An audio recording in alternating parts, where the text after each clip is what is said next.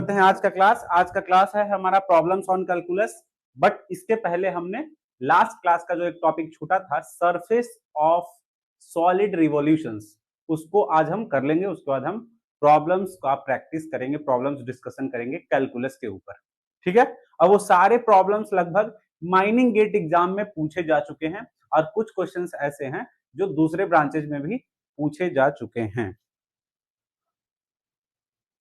चलिए, क्लियर है तो? All clear? So now we start lecture 16 on mathematics, that is problems on calculus. सबसे पहले आप टॉपिक लगा लीजिए। सबसे पहले जो हमारा अभी पढ़ने वाले हैं, कल के क्लास में हमारा एक टॉपिक छूट गया था, छूटा नहीं था बल्कि हमने उसको रहने दिया था, और वो है हमारा, एक सेकंड बैक कीजिए थोड़ा,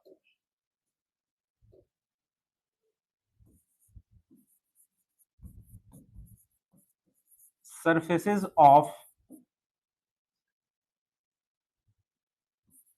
सॉलिड रिवॉल्यूशन।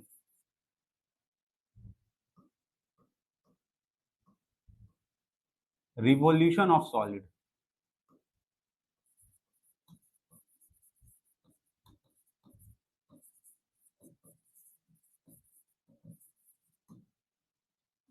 कल हमने देखा था कि किसी कर्व को रिवॉल्व करते थे और उसका हमने वॉल्यूम फाइंड किया था।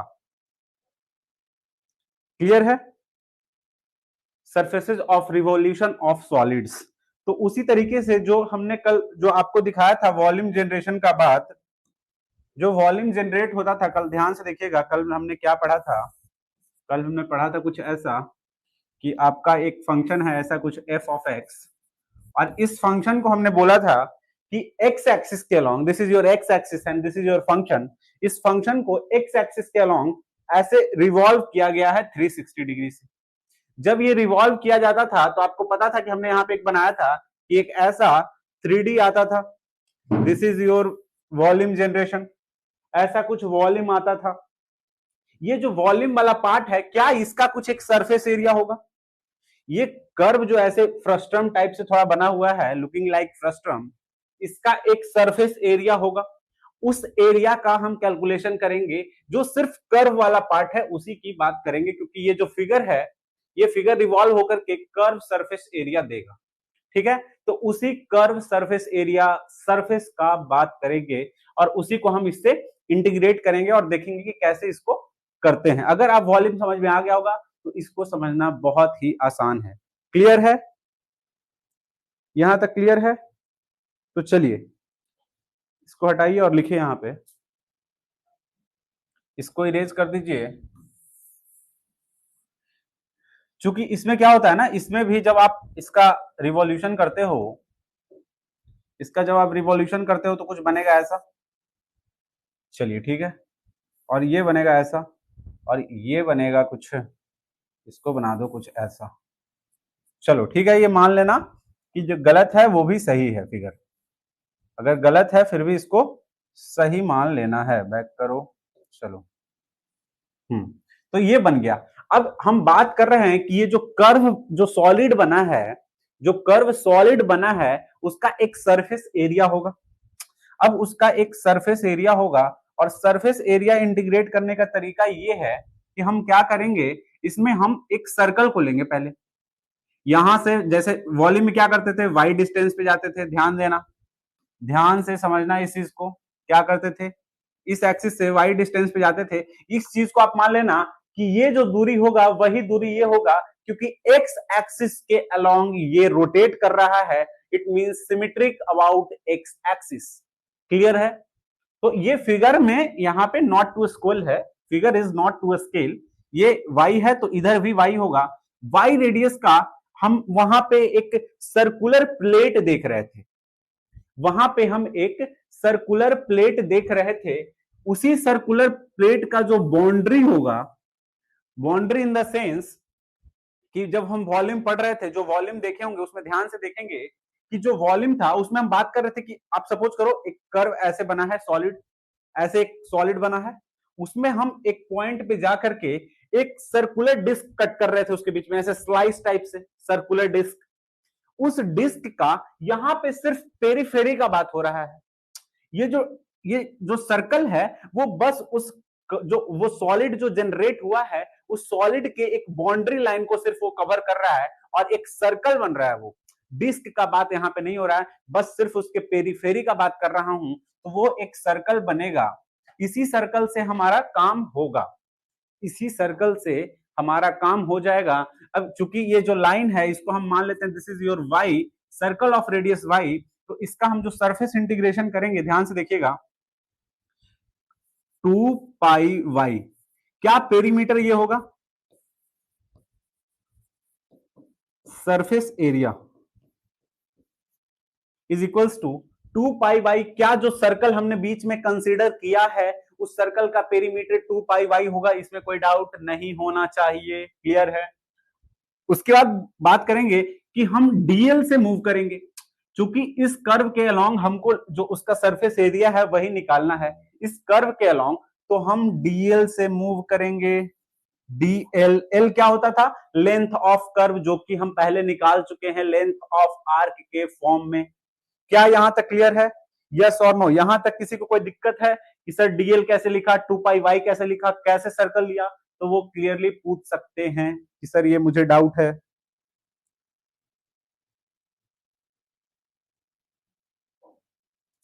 किसी को कुछ भी डाउट है यहां तक तो वो पूछ सकते हैं। ये जो डीएल है, DL is something like this, DL is something like this distance DL. तो ये ऐसे हमने एक सर्कल का पेरीफेरी लिया, पेरीमीटर, सरकमफेरेंस जिसको बोलते हैं, और इनटू समथिंग उसका जो, अब क्या करना है आपको, अगर एक ऐसे सॉलिड दे दिया जाए और सॉलिड को बोला जाए कि इसका सरफेस एरिया क्या होगा, तो आप यही करोगे ना कि एक बाउंड्री पे जाओगे, उसके बाउंड्री का पेरीफेरी को देखोगे और बोलोगे छोटा सा आगे अगर डिस्टेंस बढ़ते हैं उसी सरफेस के अलोंग, तो एक छोटा सा एरिया का स्ट्रिप मिल जाएगा, circular strip, that is this will B form a circular strip of area. अब इसको इंटीग्रेट कर देंगे x1 से x2 तक, x1 हमारा ये होगा, this is your x1 and this is your x2, x1 से x2 तक इंटीग्रेट कर देंगे तो हमारा सरफेस आ जाएगा इस केस में, surface of solid revolution. Clear है यहां तक, ये चीजें समझ में आया। 2 पाई वाई कैसे हमने लिखा, 2 पाई वाई लिखा हमने, सॉलिड में एक सर्कल कंसीडर किया है, पेरीफेरी उसका लिखा, पेरीफेरी लिखने के बाद उस जो 3D फिगर बना है हमारा, वॉल्यूम जनरेशन हुआ है, उसके सरफेस के अलोंग डीएल से मूव किया है, इधर भी डीएल से मूव करूंगा। जब डीएल से मूव करेंगे तो 2 pi y perimeter into dl along the surface, it will give a small area strip da and that area will be 2 pi y into dl. Clear है, यहां तक किसी को कोई कंफ्यूजन है तो वो पूछ सकता है। ये जो हम लिख रहे हैं 2 पाई वाई डॉट डीएल, इसमें किसी को कुछ डाउट है या फिर पूरा डाउट है कि सर यहाँ पे कुछ भी समझ में नहीं आ रहा है, तो आप पूछ सकते हैं। टेक्निकल एरर के कारण आज क्लास 45 से 50 मिनट लेट स्टार्ट हुआ है, तो 45-50 मिनट आगे तक क्लास आज चलेगा। चलिए बताइए, किसी को कुछ भी समझने में डाउट है तो वो पूछ सकता है।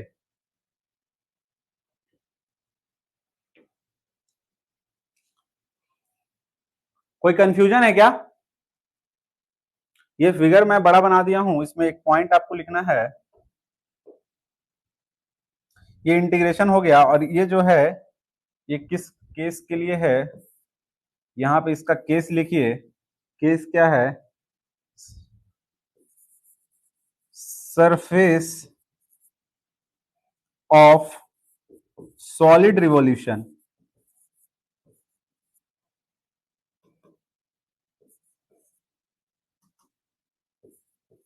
Revolution,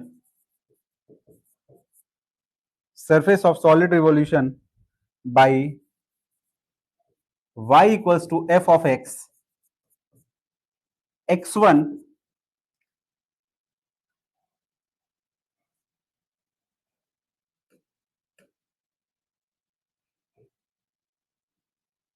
and x axis between x1 and x2।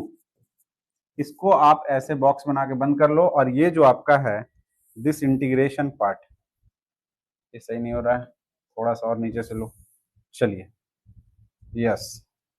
तो ये हो गया एक्स एक्सिस के अलोंग अगर रिवॉल्यूशन हुआ है, एक्स एक्सिस के अलोंग फंक्शन का रिवॉल्यूशन हुआ है तो ये चीजें अप्लाई करनी है। सिमिलरली अगर आपको कोई कहे कि वाई एक्सिस में रिवॉल्यूशन हुआ है बालक, तो वाई एक्सिस के लिए फॉर इसको इसी चीज को यहां पे लिखेंगे दूसरे लैंग्वेज में,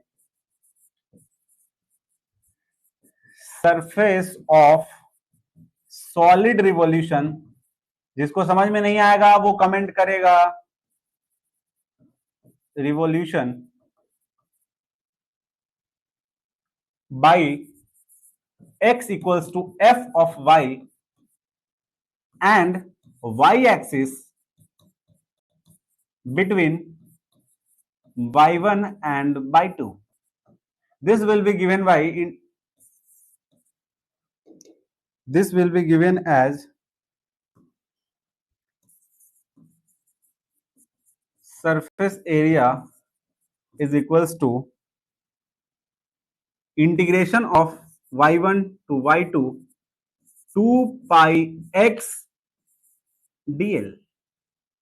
2 पाई एक्स डीएल, डीएल क्या है हमारा, डीएल हम पहले पढ़ चुके हैं, डी ऑफ एक्स स्क्वायर का whole square plus d of y का होल स्क्वायर, वही होता है आपका डीएल। जो हम छोटा सा एलिमेंटल में ऐसे पढ़े थे कि जब इस डीएल को जूम करते हैं तो ये डीएल कुछ हमारा दिखता है ऐसा, this is your d y, this is your d x and this is your dl, this is the dl here. किसी को कोई कंफ्यूजन है? एक बार और, चलिए ठीक है। तो ये इसको ध्यान से देखिएगा, हमने ये जो रेड वाला फंक्शन था वो हमारा ओरिजिनल फंक्शन था, रेड वाला हमारा फंक्शन जो था वो हमारा ओरिजिनल फंक्शन था, और उस फंक्शन को बोला गया कि एक्स एक्सिस के अलोंग रिवॉल्व किया गया है। तो कल इस पे हमने वॉल्यूम जनरेशन पढ़ा था, तो कल हमने इस पे वॉल्यूम जनरेशन पढ़ा था, वॉल्यूम क्या होता था उसको हमने कैलकुलेट किया था। आज हम बात कर रहे हैं कि जो सॉलिड जनरेट हुआ है उसका कर्व वाला एरिया क्या होगा, उस जो सॉलिड जनरेट हुआ है उसका सरफेस एरिया क्या होगा। तो उस सरफेस एरिया को निकालने के लिए कल हम क्या करते थे, ध्यान से देखना, एलिमेंट लेते थे वाई और हम वो सर्कुलर प्लेट लेते थे, बोलते थे कि अगर एक ऐसा कर्व है तो हम एक डिस्टेंस पे जाएंगे, एक रैंडम डिस्टेंस पे, और यहाँ पे एक वाई हाइट का जो फंक्शन है वहां पे वाई हाइट है, तो वहां पे जाकर के एक हम सर्कुलर प्लेट लेते थे ऐसे स्लाइस टाइप से। एक 3D फिगर है, इसमें एक सर्कुलर प्लेट लेते थे जब वॉल्यूम हम देखते थे तो। बट यहाँ पे हम एरिया देख रहे हैं तो यहाँ पे हम वाइड एक जो वाई रेडियस का सर्कल लेंगे, ना कि सर्कुलर प्लेट लेंगे। वहां पे हम इसका एरिया का बात करते थे, यहाँ पे सिर्फ सरकमफेरेंस का बात कर रहे हैं। क्यों बात कर रहे हैं? क्योंकि हमको इसके बाउंड्री के एरिया से तो मतलब है, ये जो कवरिंग बाउंड्री है सॉलिड का उसी के एरिया से मतलब है, तो बीच में क्या हो रहा है, क्या एरिया है, उससे हमको मतलब नहीं होना चाहिए, सिर्फ इसके पेरीफेरी से मतलब होना चाहिए। ये जो सर्कल जो कंसीडर कर रहे हैं वाई रेडियस का, जिसका सरकमफेरेंस होगा 2 पाई वाई, और इस सरफेस के अलोंग डीएल रहेंगे, तो आप कह सकते हो ना कि एक सर्कल आपने पहले ड्रॉ किया, फिर कर्व के अलोंग डीएल बढ़ा, तो आप कह सकते हो ना कि कुछ ऐसा एरिया आपने, यहाँ पे ध्यान देना, ये जो एरिया लिखा हुआ है ना, ये एरिया कुछ ऐसा लिखा हुआ है, ध्यान से देखना। ये कर्व था, इसका रिवॉल्यूशन कुछ हो गया था बालक, और उसके बाद हमने बोला कि this is your circle sir, this is your circle sir, और इसके अलाउंग डीएल बढ़ा, देन दिस इज, ये जो सर्कल कंसिडरेशन के बाद जो हमने डीएल बढ़ा है वो एक ऐसा स्ट्रिप टाइप से बनेगा, एक थोड़ा सा सर्कुलर सिलेंडर स्ट्रिप टाइप से बनेगा, जो कि ऐसे आएगा और फिर ऐसे आएगा। अब वो स्ट्रिप का जो एरिया होगा वही यहाँ पे डी, ये वाला 2 पाई वाई डीएल का काम कर रहा है, छोटा सा एलिमेंटल एरिया होगा, और उसको फिर हम इंटीग्रेट कर देंगे लोअर लिमिट से लेकर के अपर लिमिट तक। ये जो ये एरिया बनने वाला है ना, ये ऊपर से ये एरिया है, और एक इसका एरिया जो है बैकग्राउंड में है, पीछे में है, वो दिख नहीं रहा है। तो ये चीजें क्लियर हो गई होंगी। ये क्लियर हुआ या नहीं, यस और नो? क्लियर हुआ या नहीं छविलाल, आप बताइए क्लियर हुआ या नहीं?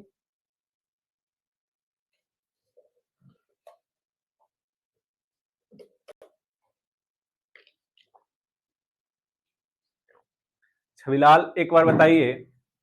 कल हम जाकर के एक डिस्क ले रहे थे, एक स्लाइस ले रहे थे, आज उसी डिस्क का सिर्फ पेरिफेरी ले रहे हैं, क्योंकि हमको उसको सरफेस, वो जो सॉलिड जनरेशन है उसके सरफेस से मतलब है, उसके वॉल्यूम से मतलब नहीं है। कल हमको वॉल्यूम से मतलब था, इसलिए डिस्क का एरिया ले रहे थे और डीएक्स आगे बढ़ रहे थे, फिर उसको इंटीग्रेट कर दे रहे थे टोटल।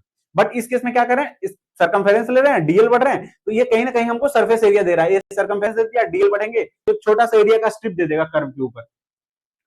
सर दोनों के फिगर में डिफरेंस समझ नहीं आया। नहीं, दोनों के फिगर में कुछ भी डिफरेंस है ही नहीं।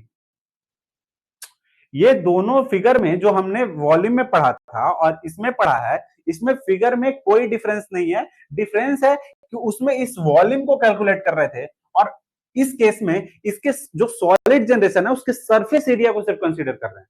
और सरफेस एरिया को कंसीडर करने के लिए सिर्फ हमको सरकमफेरेंस का जरूरत होगा और साथ में छोटा सा डीएल की जरूरत होगा, इसलिए क्योंकि इसी सरफेस का हमको तो सरफेस निकालना है। ये जो सॉलिड जनरेशन है ना, इसी लाइन के अलॉन्ग गया होगा ना, सॉलिड ऐसे गया होगा और इसी तरीके से 3D में ऐसे मुड़ा हुआ होगा। बाल्टी टाइप से दिख रहा है ना, ये बकेट टाइप से, कर्व बकेट टाइप का दिख रहा है इसका सरफेस के अलॉन्ग, इसीलिए तो सिर्फ ये 2 पाई बाई ले रहे हैं, सिर्फ सरकमफेरेंस ले रहे हैं। सरकमफेरेंस लेने के बाद डीएल बढ़ रहे हैं तो छोटा सा एरिया का स्ट्रिप मिल रहा है और उसी को फिर हम इंटीग्रेट कर दे रहे हैं x1 से x2 तक। और बाकी पिछले कल के केस में बात करें तो ये हम एरिया लेते थे, सर्कुलर प्लेट था ना, इसका एरिया लेते थे और डीएक्स आगे बढ़ते थे। ये एरिया लेते थे, डीएक्स आगे बढ़ते थे और यहां से लेकर के यहां तक इंटीग्रेट करते थे, तो एरिया इंटू डीएक्स एक छोटा सा वॉल्यूम आता था। दिस ये सर्कुलर वॉल्यूम वाले केस में क्या होता था, ये सर्कुलर प्लेट लेते थे तो इसका एरिया हो गया, इंटू डीएक्स आगे बढ़ते थे तो एरिया इंटू डीएक्स एक छोटा सा वॉल्यूम होता था डीवी, और उसी वॉल्यूम को हम इंटीग्रेट करके वॉल्यूम ऑफ सॉलिड रिवॉल्यूशन बताते थे। बट इस केस में क्या कर रहे हैं, इस पेरीफेरी को ले रहे हैं, perimeter into something dl, it will give a small area, a strip area, and this is da, और इसको इंटीग्रेट करके हम सरफेस का एरिया बता रहे हैं सॉलिड रिवॉल्यूशन का। चलिए, मतलब दोनों में अंतर बस इतना ही है छविलाल, कि यहाँ पे हमने आपको समझ में भी आना चाहिए कि चूंकि यहाँ पे 2 पाई बाई पेरीमीटर है, इंटू डीएल करेंगे तो एरिया बना, छोटा सा एरिया, इसको इंटीग्रेट करेंगे। वॉल्यूम में होता था कि ये जो बनता ना, एरिया बनता था इंटू डीएक्स करते थे तो छोटा सा वॉल्यूम बनता था, area of disc into dx, area of disc into dx, छोटा सा वॉल्यूम बन गया, उसी को इंटीग्रेट करते थे। इस केस में क्या करते थे, पेरीमीटर इंटू डीएल, एक छोटा सा क्या बन गया, सरफेस एरिया बन गया, स्ट्रिप का एरिया बन गया, छोटा सा एरिया, स्मॉल एरिया, उसको फिर हम 2 पाई बाई डीएल किए तो स्मॉल एरिया हो गया, फिर इसको इंटीग्रेट कर दिए x1 से x2 तक, तो ये हमारा आ गया सरफेस ऑफ सॉलिड रिवॉल्यूशन। अब इस पे एक सवाल करेंगे तो आपका फंडा पूरा क्लियर हो जाएगा। और y एक्सिस में क्या है, सिंपल है, बस यहीं पे 2 पाई x dl हो गया, रिवॉल्यूशन y एक्सिस के अलॉन्ग होगा, तो इसको हमने यहाँ पे लिख दिया है। चलिए सवाल करते हैं इस पे, तो और मामला क्लियर हो जाएगा। क्वेश्चन लिखिए, क्या है क्वेश्चन?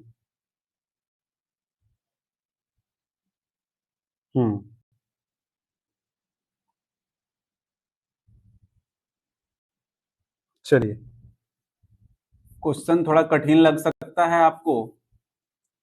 फाइंड द, देखिए कर्व का बात कर रहा है, ये जो है ना, इस केस में इधर वाला एरिया और इधर वाला एरिया उसका बात नहीं कर रहा है, सिर्फ इस कर्व का बात कर रहा है, तो आपको इसको ध्यान नहीं देना है। ये जो सर्कुलर एरिया बन रहा है ना, क्रॉस सेक्शन, छोटा सा क्रॉस सेक्शन, यहाँ पे बड़ा क्रॉस सेक्शन, उसको ध्यान नहीं देना है, सिर्फ कर्व का बात करना है। Find the curve surface area, find the curved surface, question लिख के लाना चाहिए था ना। Find the curve surface area of solid, of solid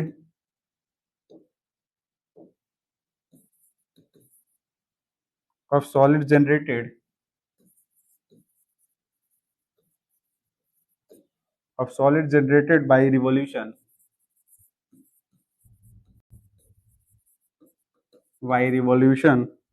of y square equals to 4ax। ये आपको समझ में आना चाहिए कि किस चीज का इक्वेशन है, ये एक पैराबोलिक इक्वेशन है, पैराबोलिक इक्वेशन है, एक पैराबोला का इक्वेशन है, and ordinate and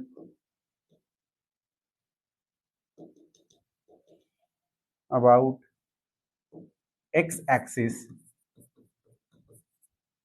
and x equals to 5। चलिए, तो ये है आपका, इसमें सॉलिड जनरेशन में आपका सरफेस एरिया फाइंड करना है। सॉलिड जनरेशन में इसमें आपको सरफेस एरिया फाइंड करना है। तो जल्दी से कलम चलाइए और आंसर बताइए।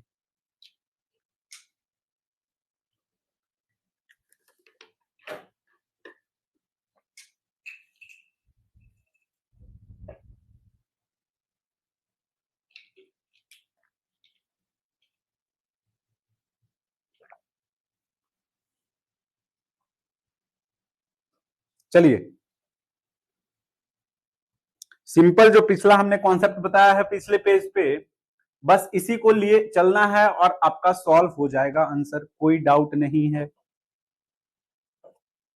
आपको बीच में धैर्य नहीं खोना है।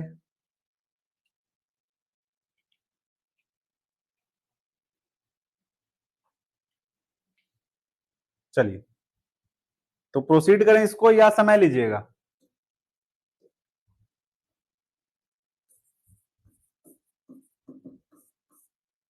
तो क्या था तरीका हमारा, छोटा सा इसका पहले फिगर बना देते हैं। अगर जिसको जिसको मालूम है कि पैराबोला आखिरकार होता क्या है सर, पैराबोला होता है कुछ ऐसा, Y square equal to 4x का पैराबोला जो होता है वो होता है कुछ,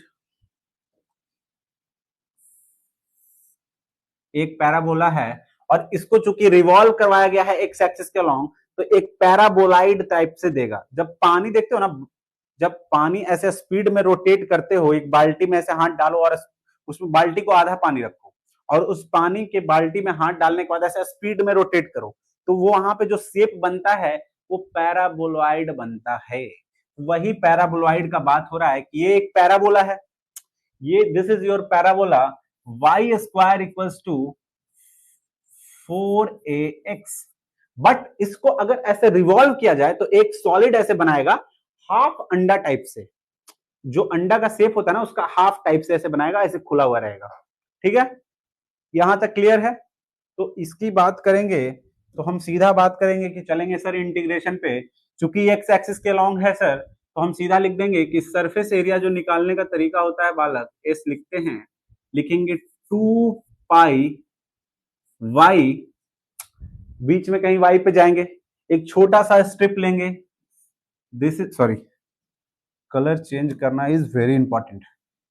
सपोज दिस इज वाई और दिस इज वाई, और एक ऐसे सर्कुलर लेंगे सरकमफेरेंस, एक सर्कुलर सरकमफेरेंस लेंगे जो कि होगा 2 पाई वाई, और फिर हम इस जो पैराबोलॉइड जो सरफेस है, एक उसके एक पॉइंट पे ले लिया 2 पाई वाई एक सरकमफेरेंस।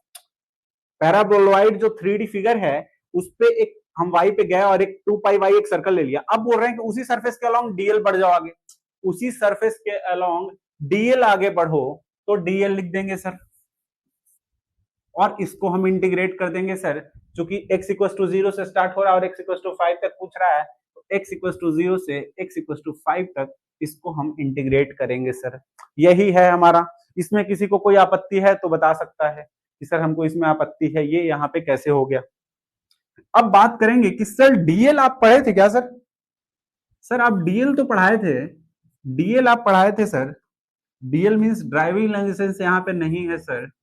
डीएल का मतलब है डी ऑफ, ध्यान से देखना, ध्यान से देखना, d of y over d of x का होल स्क्वायर प्लस 1 का root under into d x. कहीं ऐसा पढ़े थे क्या सर? ऐसा कहीं पढ़े थे क्या sir? Dl equal to basically हम क्या पढ़ते हैं राइट एंगल ट्रायंगल से, कि डीएक्स का होल स्क्वायर डी वाई का होल स्क्वायर का root under, this is your dl. क्या ऐसा आपने पढ़ा था?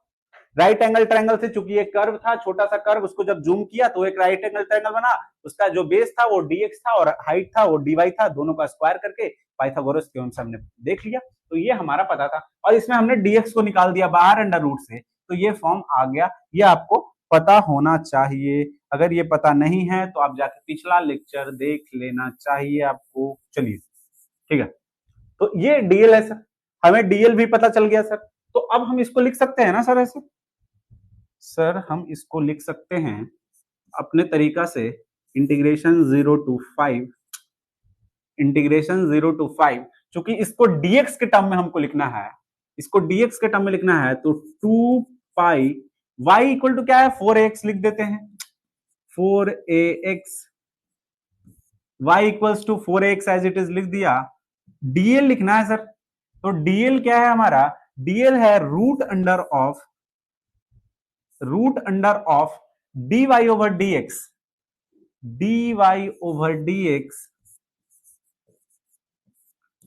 का होल स्क्वायर प्लस 1 dx।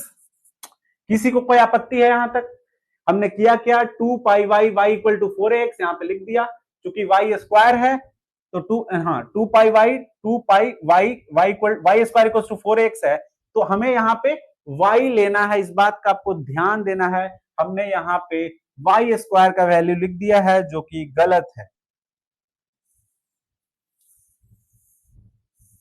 चलिए, तो 2 पाई y इक्वल्स टू क्या हो जाएगा, root under 4ax, root under of 4ax। किसी को कोई दिक्कत है यहां तक? ये जो आप देखिए यहां पे हमने y square equal to 4ax है, बट यहां पे y था तो हमें y का वैल्यू लिखना है ना, y equal to root under 4ax है। यहां तक किसी को कोई कंफ्यूजन है? सरफेस कैलकुलेट करने चले हैं हम, इस dl को dx के फॉर्म में हमने यहां से लिखा है, जो कि आपको क्लियर होना चाहिए। यस और नो, क्या ये क्लियर है?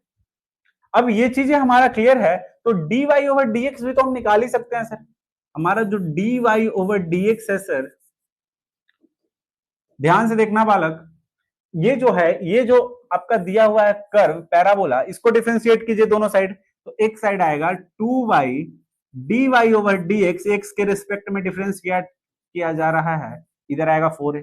किसी को कोई आपत्ति नहीं होना चाहिए, किसी को कुछ भी आपत्ति नहीं होना चाहिए। And dy over dx is equals to 2a divided by y, and this will be equals to 2a divided by root under of 4ax। किसी को कुछ भी दिक्कत है?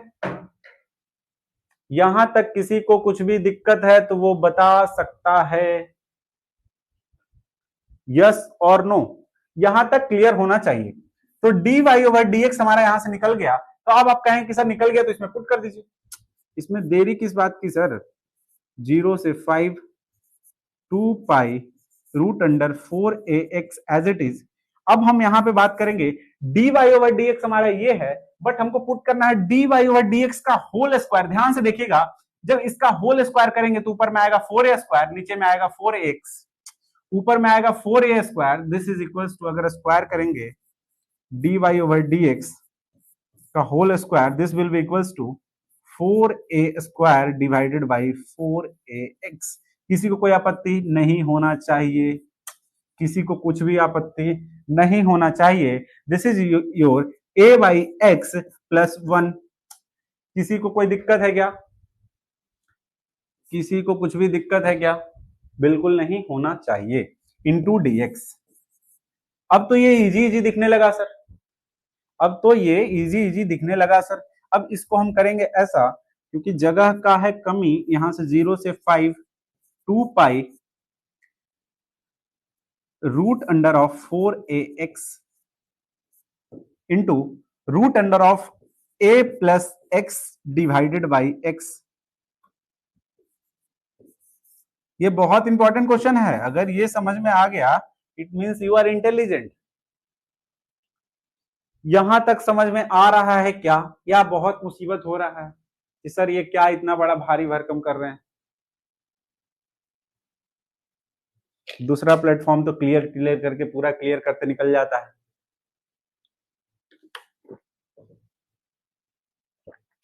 बताइए,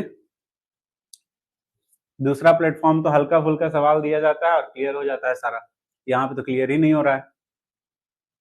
बताइए, यहां तक कुछ दिक्कत है किसी को? आप कमेंट करके बताइए कि यहां तक कुछ भी दिक्कत है कि यहां पे ऐसे कैसे किया सर आपने। दिक्कत नहीं है तो नेक्स्ट पेज पे चलने से पहले ये जो आपका फंडा है इसको हम हटाने वाले हैं यहां से। ये जो फंडा है यहाँ पे इसको हम हटाने वाले हैं, और इसमें कुछ ज्यादा हमने किया नहीं है, बेसिकली dy ओवर dx का होल स्क्वायर निकाला है इससे, जो कि आप इजिली निकाल सकते हो।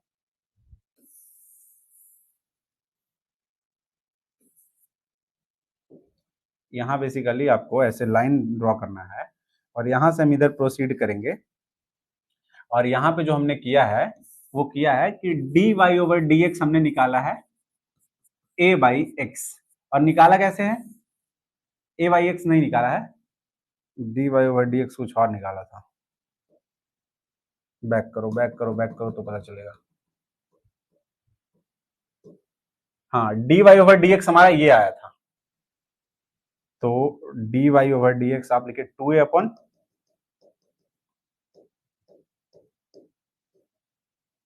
2a अपॉन 4ax का रूट अंडर। तो ये हमारा dy ओवर dx आ गया था, यहां हमने यहां से निकाला है। ठीक है, अब हम बात करेंगे यहां से। तो यहां आपको क्लियरली दिख रहा होगा कि सर दिस, ये रूट अंडर x के अंदर ये भी है, ये भी है, x x कैंसिल आउट हो जाएगा sir, x x cancel out हो जाएगा सर। अब इसको हम ऐसे लिखेंगे, दिस इज योर इंटीग्रेशन 0 से 5, ध्यान दीजिएगा, 2 पाई 4 पाई रूट ए। क्या किया यहाँ पे 4 को बाहर निकाल दिया, तो रूट के बाहर निकाला तो 2 आ गया, 2 आ गया, 2 आ गया, 4 हो गया, 4 पाई इंटू रूट ए हो गया, 4 pi into root a constant हो गया। अब क्या मल्टीप्लाई हो रहा है, root under of a plus x का,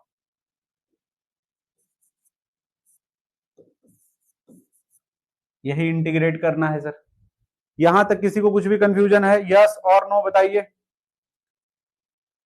कोई कमेंट नहीं कर रहा है, मैं मान के चल रहा हूं किसी को कुछ भी समझ में नहीं आ रहा है। क्या मैं सही मान रहा हूं, यस और नो?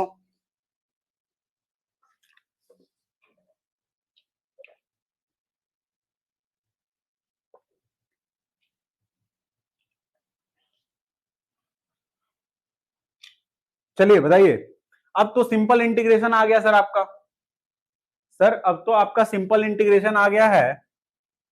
ये सभी कांस्टेंट को बाहर निकाल देंगे, 4 पाई रूट अंडर ए, सभी कांस्टेंट को बाहर निकाल देंगे, इसको लिख देंगे, इसका इंटीग्रेशन क्या होगा, a प्लस एक्स का पावर, a प्लस एक्स का पावर 3/2 डिवाइडेड बाई 3/2 हो जाएगा सर, डिवाइडेड बाई 3/2 हो जाएगा सर। और यहाँ पे आप लिमिट लगा देंगे 0 से 5 तक, and this, after this evaluation your answer will be here. Evaluate करने के बाद आपका आंसर आ जाएगा। किसी को कहीं पे कुछ भी कंफ्यूजन हुआ है कि सर यहाँ पे ऐसे कैसे हो गया, वो पूछ सकता है। यहां पे देखो, ये सभी कट करके सिंपल इंटीग्रेशन फॉर्म में आपका आ गया है। a प्लस एक्स का पावर 1/2 है, इंटीग्रेट करने के बाद एक पावर बढ़ जाता है, दैट इज 3/2। ये चीजें आपको समझ में आना चाहिए। यहाँ पे a प्लस एक्स का पावर जो है वो 1/2 है, इंटीग्रेट करेंगे तो पावर 3/2 हो जाएगा, और बढ़े हुए पावर से डिवाइड कर देंगे तो डिनोमिनेटर में 3/2 हो जाएगा। ये इंटीग्रेशन हमारा पूरा हो गया, तो लिमिट लगा देंगे 0 से 5 तक, और इसके बाद जो आंसर आएगा वो आपका आंसर सही आएगा। किसी को कुछ भी कंफ्यूजन है तो वो पूछ सकता है। और अगर आंसर का बात करें तो आप पुट करना इसका आंसर कुछ इस तरीके से,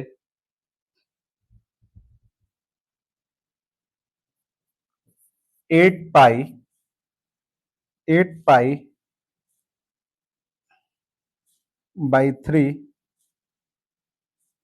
root under a into a plus 5 का पावर 3/2 माइनस ए का पावर 3/2, यही इसका आंसर आ जाएगा। This is the answer for this question.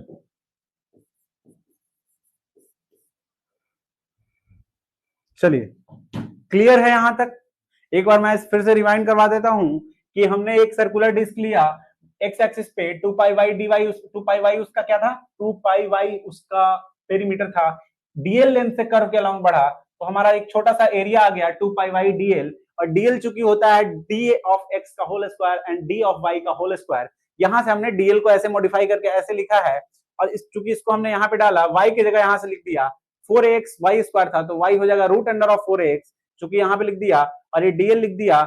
यहाँ से हमने जब इसको कैलकुलेट किया dy ओवर dx को, dy ओवर dx हमारा ये आया। जब इसका dy ओवर dx का होल स्क्वायर किया, क्योंकि यहाँ पे होल स्क्वायर चाहिए था, तो dy ओवर dx कहां से निकाला, यहाँ से निकाला। कैसे निकाला, 2y dy over dx equals to 4a, और वहां पे फिर उधर से आकर के इधर डिवाइड हो जाएगा, y को फिर x के फॉर्म में 4x लिख देंगे तो रूट अंडर में, तो ये dy ओवर dx निकल गया। यहाँ चूंकि होल स्क्वायर चाहिए तो dy ओवर dx का होल स्क्वायर करेंगे तो आपका आ जाएगा a/x। जब इसको कैलकुलेट कीजिएगा इसका होल स्क्वायर, तो ये a/x आ जाएगा प्लस 1 इंटू dx, ये इंटीग्रेट करना था। इसको जब हमने सॉल्व किया 2 पाई 4x रूट अंडर में a plus x divided by x, इसको एलसीएम लेके यहाँ पे सॉल्व कर दिया अंदर में, रूट अंडर x यहाँ भी है, रूट अंडर x यहाँ भी है, दोनों कैंसिल आउट हो गया। फिर इसको हमने यहां से देखा, this will be 4 pi root under 4 pi, क्योंकि इस तरीके से यहाँ पे 4 रूट से बाहर जाएगा तो 2 निकलेगा, 2 यहाँ है, 2 2 4 हो जाएगा, पाई हो जाएगा 4 पाई, एक चूंकि रूट के अंदर है तो 4 पाई रूट ए हो जाएगा। ए है, ए जो है this is root under of a plus x into dx का इंटीग्रेशन, और इसका इंटीग्रेशन तो आपको पता है कि ए प्लस एक्स का रूट अंडर का इंटीग्रेशन होता है ए प्लस एक्स का पावर 3/2 डिवाइडेड बाई 3/2, क्योंकि लिमिट है 0 से 5 तक, तो लिमिट लगा देंगे, lower limit 0 and upper limit 5, और इसको जब सॉल्व करेंगे तो आंसर कुछ ऐसा आ जाएगा। क्लियर है, किसी को कुछ भी कंफ्यूजन नहीं होना चाहिए, यही चीजें है।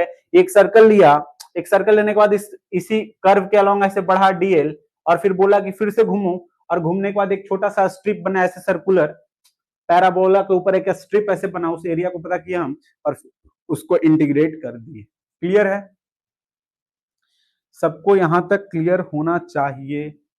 और अगर यहां तक क्लियर है तो एक छोटा सा सवाल सरफेस के ऊपर ही और देखेंगे, और नहीं तो अगर आप लोग कहेंगे तो हम बढ़ते हैं अपने कैलकुलस के प्रॉब्लम सॉल्विंग के ऊपर, और आज में जो भी क्वेश्चंस रह जाएंगे वो अगले क्लास में करेंगे, या फिर आप लोग उसको सॉल्व करके आइएगा। चलिए, क्लियर क्लियर क्लियर। और लोग कमेंट नहीं कर रहे हैं, इसका मतलब मैं क्या समझूं कि उनको भी समझ में आ गया होगा। चलिए सवाल लिखिए। सवाल है, surface area obtained by revolving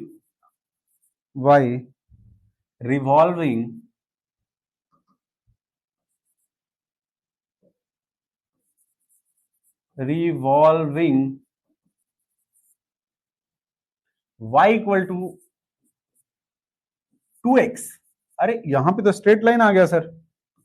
for x belongs to close bracket 0 to close bracket 2 about y axis.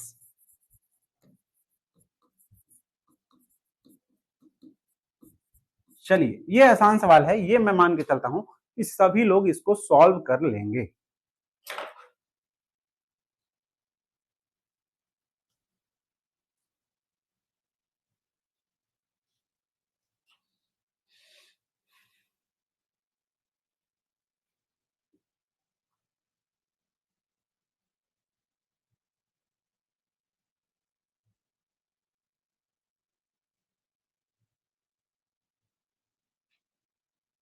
तो इसमें जो हो रहा है वो अगर आप ध्यान से देखेंगे,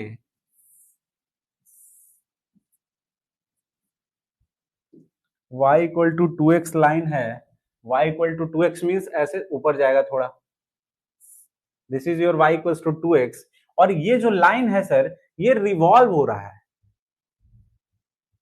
obtained revolving y equal to x for this about y axis, y axis के अलोंग रिवॉल्व हो रहा है। तो अगर एक ऐसा स्ट्रेट लाइन एक एक्सिस के अलोंग रिवॉल्व हो तो वो एक कोन जनरेट करेगा, तो वो एक बेसिकली एक कोन जनरेट करेगा सर। जो समझदार होंगे वो इस चीज को फील कर रहे होंगे। क्या इसमें कोई दिक्कत है? वो एक कोन जनरेट करेगा। कोई दिक्कत है यहां तक? कोई दिक्कत नहीं है सर। तो चूंकि यहां पे बोल रहा है ना surface area obtained by revolving, यहां पे देखना x इक्वल्स टू 0 से 2 तक है, x इक्वल्स टू 0 से 2 तक है, ये क्लियर है। ये क्लियर है या नहीं? यस और नो? कौन होगा ये कितने लोगों को समझ में आ रहा है कि y equal to 2x line है, ये y एक्सिस है, ये x एक्सिस है, ये y एक्सिस है, ये x एक्सिस है, और एक लाइन अगर ऐसे है और इस लाइन को बोलें कि इसके अलोंग रिवॉल्व कर रहा है वो, तो रिवॉल्व ऐसे ऐसे कर रहा होगा, तो ये कोण बनेगा ऐसे, एक कोण ऐसे बनेगा। क्लियर है? ये कोण किसको किसको समझ में आ रहा है कि कोण होगा? क्लियर है?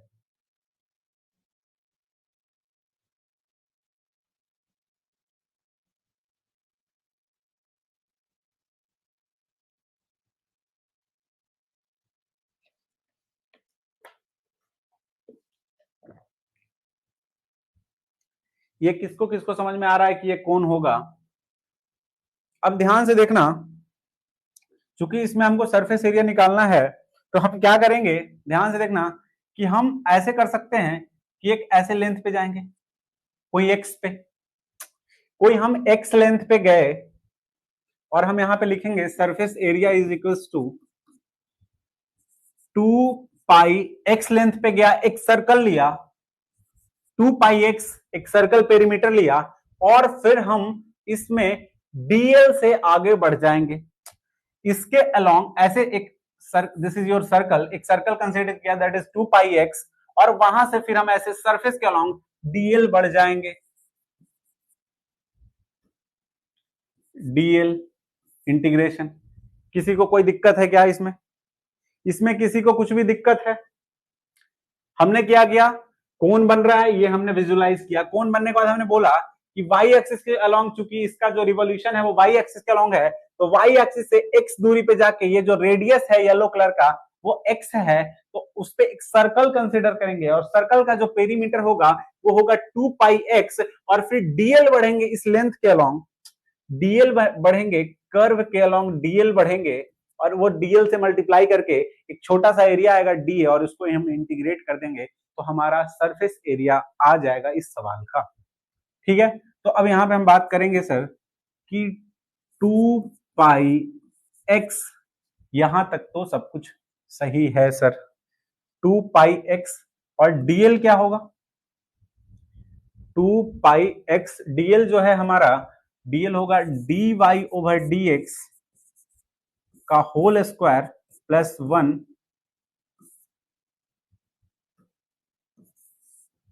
Into dx. किसी को कोई आपत्ति है इसमें? किसी को कोई भी आपत्ति है तो वो पूछ सकता है।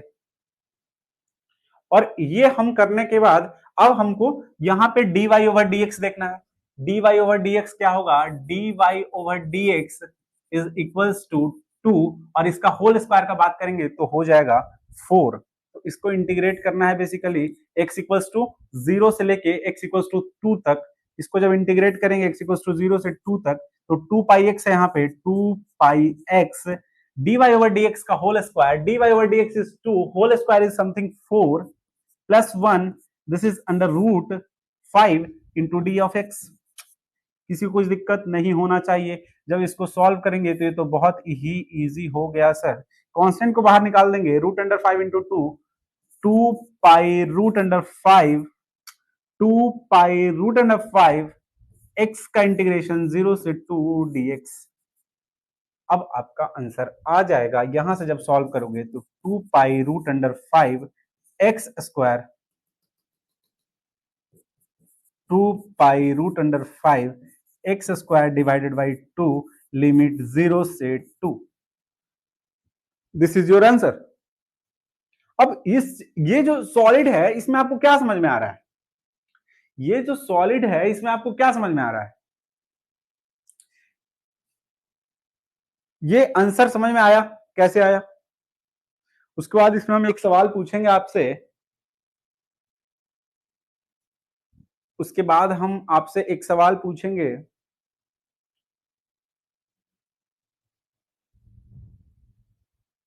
क्लियर है यहां तक?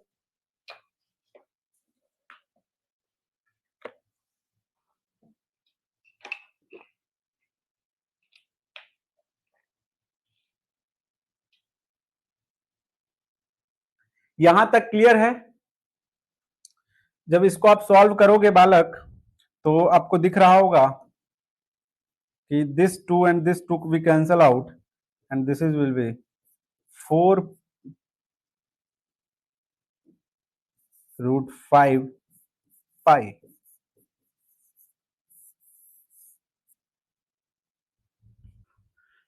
यहां से 4 मिल जाएगा, 2 कैंसिल हो गया, 4√5 पाई हो जाएगा। क्या ये क्लियर है सबको? क्या ये क्लियर है या किसी को डाउट है? अगर क्लियर बोलेंगे तो मैं एक सवाल पूछना चाहूंगा इसमें, और नहीं तो चलते हैं प्रॉब्लम प्रैक्टिस के ऊपर और सवाल करते हैं। जल्दी से बताइए, क्योंकि जो क्लास एंडिंग का टाइम होता था ना वो हो चुका है डेली के बेसिस पे, बट टेक्निकल इश्यू के कारण क्लास लेट स्टार्ट हुआ था। अच्छा, बुक का बहुत वो कंफ्यूजन चलते रहता है कि बुक क्या है। देखो बुक है ना, बुक ऑलरेडी छप चुका है, आज आज कल में आप लोग को कॉल भी गया होगा, और पार्सल भी स्टार्ट हो जाएगा कल से। और इसका प्रीफेस काफी सॉलिड है, इस पे एक वीडियो भी बनेगा, लेकिन आप लोग इसको देख लो। प्रॉपर एकदम पब्लिकेशन टाइप से आपको बुक दिखेगा। वाटरमार्क थोड़ा हार्ड है, इसको थोड़ा हल्का करवाया गया है। तो बुक भी रेडी हो चुका है, तो इसके लिए आप लोग को चिंता करने की बिल्कुल जरूरत नहीं है। ये क्लियर हुआ या नहीं? जल्दी से बताइए। कोई कुछ कमेंट ही नहीं करता है। बुक दिखाने पे एक दो लोग भाग गए कि बुक दिखा रहे हैं क्लास में।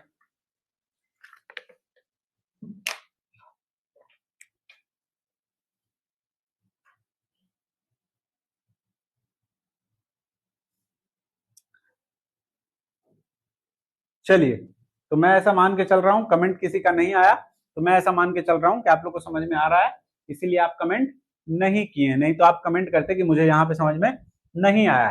तो चलते हैं अब आज के प्रॉब्लम प्रैक्टिस के ऊपर, और इसमें एक छोटा सा मेरा सवाल है कि क्या ये जो सरफेस एरिया आया है ये टोटल कोन का आया है?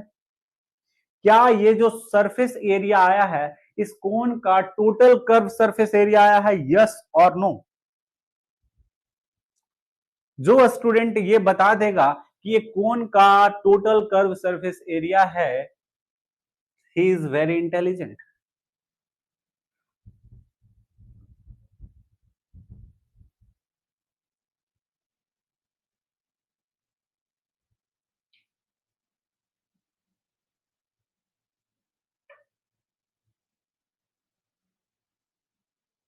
चलिए बताइए जल्दी से।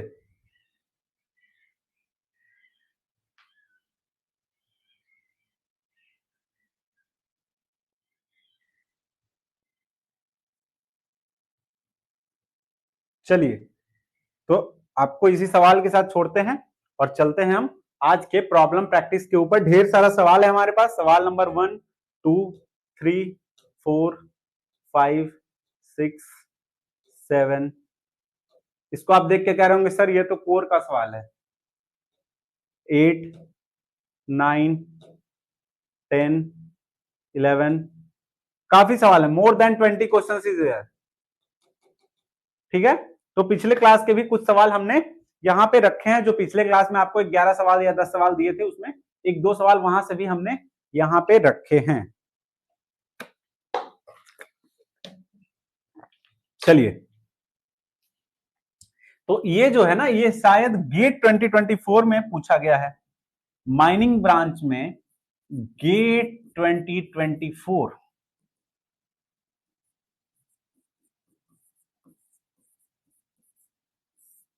गेट 2024 में ये सवाल आया है।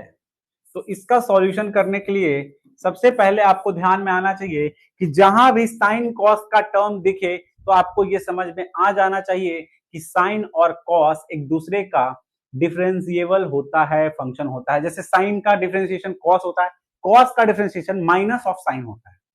तो माइनस साइन तो अपने हाथ का खेल है, एक माइनस लगा देंगे आगे में बाहर में और एक माइनस अंदर करके उसको हम लिख सकते हैं।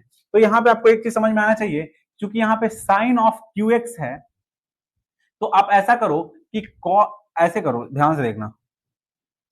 हाँ, इसको लिखो आप ऐसा, I equals to integration of 0 से पाई बाई 4 किसी को कुछ भी समझ में नहीं आएगा तो वो पूछ सकता है। हम यहाँ पे क्या कर रहे हैं, हम लिख रहे हैं sine of q x cos of x dx. हम समझ रहे हो ना, हमने क्या किया कि कॉस को उधर लेके गया और साइन क्यू एक्स को पहले लिखा। क्यों लिखा? क्योंकि हमें पता है कि साइन ऑफ एक्स का जो डिफरेंशिएशन होता है d of d x of sine of x is equals to cos of x. ये हमें पता है, तो यहां पे हम लिख सकते हैं, ये हमें पहले से पता है, तो यहां से हम क्लियरली लिख सकते हैं कि दिस इज, अगर ये आपका फंक्शन ऑफ एक्स है तो ये है एफ डैश ऑफ एक्स। आप यहाँ पे लिखो कि साइन, यहाँ पे ये चीजें क्लियर हो गई तो इंटीग्रेशन करने में हम क्लियरली लिख सकते, अगर साइन, इसको आप टी मान लो, साइन एक्स को अगर टी मान लो तो साइन एक्स का अगर टी मानेंगे equal to sine of x, तो d t over d x equals to cos of x, cos of x, तो d t equals to cos x dx. तो ये कॉस एक्स डीएक्स ही तो यहां पे लिखा हुआ है, तो this is your t as supposed, this is your t cube, और कॉस एक्स डीएक्स क्या हो गया हमारा डी टी। क्या ये क्लियर है? क्या ये क्लियर है? अब बोलोगे कि सर लिमिट का क्या करेंगे, तो लिमिट पुट कर देंगे कि x इक्वल्स टू 0 पे x equals to 0, t equals to 0, x equals to pi by 4, t equals to 1 by root 2। कोई आपत्ति है किसी को? x इक्वल्स टू 0 पे साइन x 0 हो जाएगा तो t 0 हो गया, x equals to pi by 4 पे साइन 1 बाई रूट 2 होगा तो t equals to 1 by root 2 हो गया। This is your 0 to 1 by root 2। किसी को कोई आपत्ति नहीं होना चाहिए। t का पावर 4 डिवाइडेड बाई 4, लिमिट चढ़ेगा 0 से 1 बाई रूट 2 तक। जब इसको आप सॉल्व करेंगे मेहनत से, इसमें मेहनत का कुछ बात ही नहीं है, t that is 1 by root 2 का पावर चढ़ेगा 4, और 1 बाई 4 तो है ही, 0 का तो कोई मतलब है ही नहीं। जब इसको सॉल्व करेंगे तो मुझे लगता है जब इसका स्क्वायर करेंगे तो 1 बाई 2 आ जाएगा, फिर स्क्वायर करेंगे तो ये आ जाएगा 1 by 16, if I am not wrong. This is GATE 2024 questions of mining engineering. Clear है यहां तक? प्रॉब्लम, अरे बहुत सारा कमेंट आया हुआ, ये दिख ही नहीं रहा था किसी को। एक सेकंड, एक सेकंड,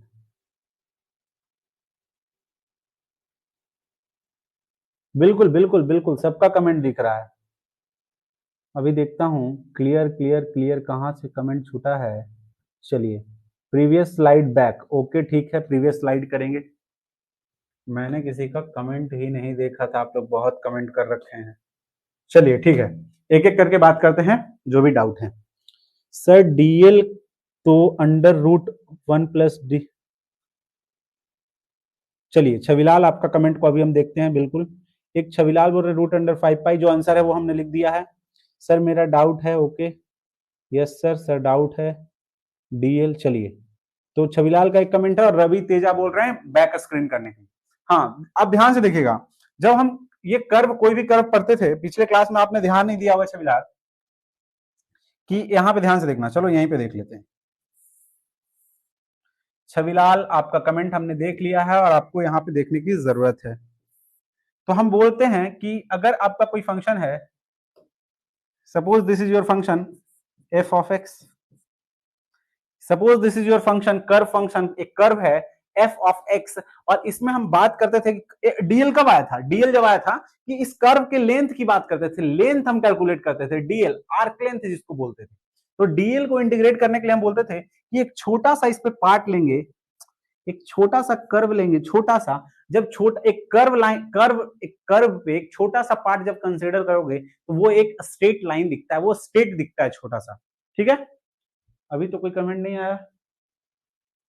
हाँ बिल्कुल बिल्कुल ठीक है, एक छोटा सा पार्ट लेंगे तो एक छोटा सा कर्व रहता है, बट वो एक स्ट्रेट लाइन दिखता है। जब बहुत छोटा लेंगे, जब कंसीडर करेंगे डीएल, तो डीएल जो यहां से कंसीडर कर रहे हैं, दिस इज योर डीएल, तो ये डीएल को जब हम बाहर निकाल के जूम करेंगे तो हमें एक स्ट्रेट लाइन दिखेगा, ट्रायंगल, और वो जो हाइपोटेनस टाइप का ये जो होगा, क्योंकि ये कर्व ऐसे जा रहा है तो एक इसमें वाई भी होगा। अगर मैं दूसरे एंगल से आपको यहाँ पे ही दिखाऊं कि this is your something, this is your y and this is your something x, and similarly dy and this is dx and this is your dl। ये चीजें क्लियर हुआ छविलाल? ये जो यहां कंसिडरेशन है, शायद नहीं दिख रहा क्या? नहीं दिख रहा है। ये जो कंसिडरेशन है यहाँ पे डीएल, ये राइट एंगल ट्रायंगल है, यहाँ पे राइट एंगल फॉर्म हो रहा है। यहां तक क्लियर हुआ? अब मैं आपको बोलूंगा कि मेरा आपको दिख क्यों नहीं रहा, आप कमेंट क्यों नहीं कर रहे हो? चलिए ठीक है, तो यहाँ पे ये चीजें क्लियर होगा। यहाँ पे ये जो है, यहाँ पे डीएल छोटा सा लिया और ये वर्टिकल वाला डीवाई हो गया, हॉरिजॉन्टल वाला डीएक्स हो गया, जिसको कि हमने बाहर निकाल करके ट्रायंगल को जूम किया तो ऐसा दिखा कि this is your dl, this is your dx and this is your dy. तो राइट एंगल ट्रायंगल में आप पाइथागोरस थ्योरम पढ़े होंगे, तो आप कह सकते हैं कि जो आप उधर साइड में ट्रायंगल लिखे हैं sir, d of l, dl जो है उसको लिख सकते हैं डी ऑफ एक्स का whole square plus d of y का होल स्क्वायर, और इसको करेंगे रूट अंडर। क्या इसमें कोई दिक्कत है? राइट एंगल ट्रायंगल में पढ़ते थे ना, 3 4 5, 3 square plus 4 square equal to 5 square और 5 equal to 3 square plus 4 square का रूट अंडर, तो वो यहां से दिख रहा है। और इसी में हमने बोला है छविलाल कि डीएक्स को हम बाहर निकालना चाहते हैं। ये तो हमारा मन का मर्जी है ना, जिसको मन उसको बाहर निकाल लें।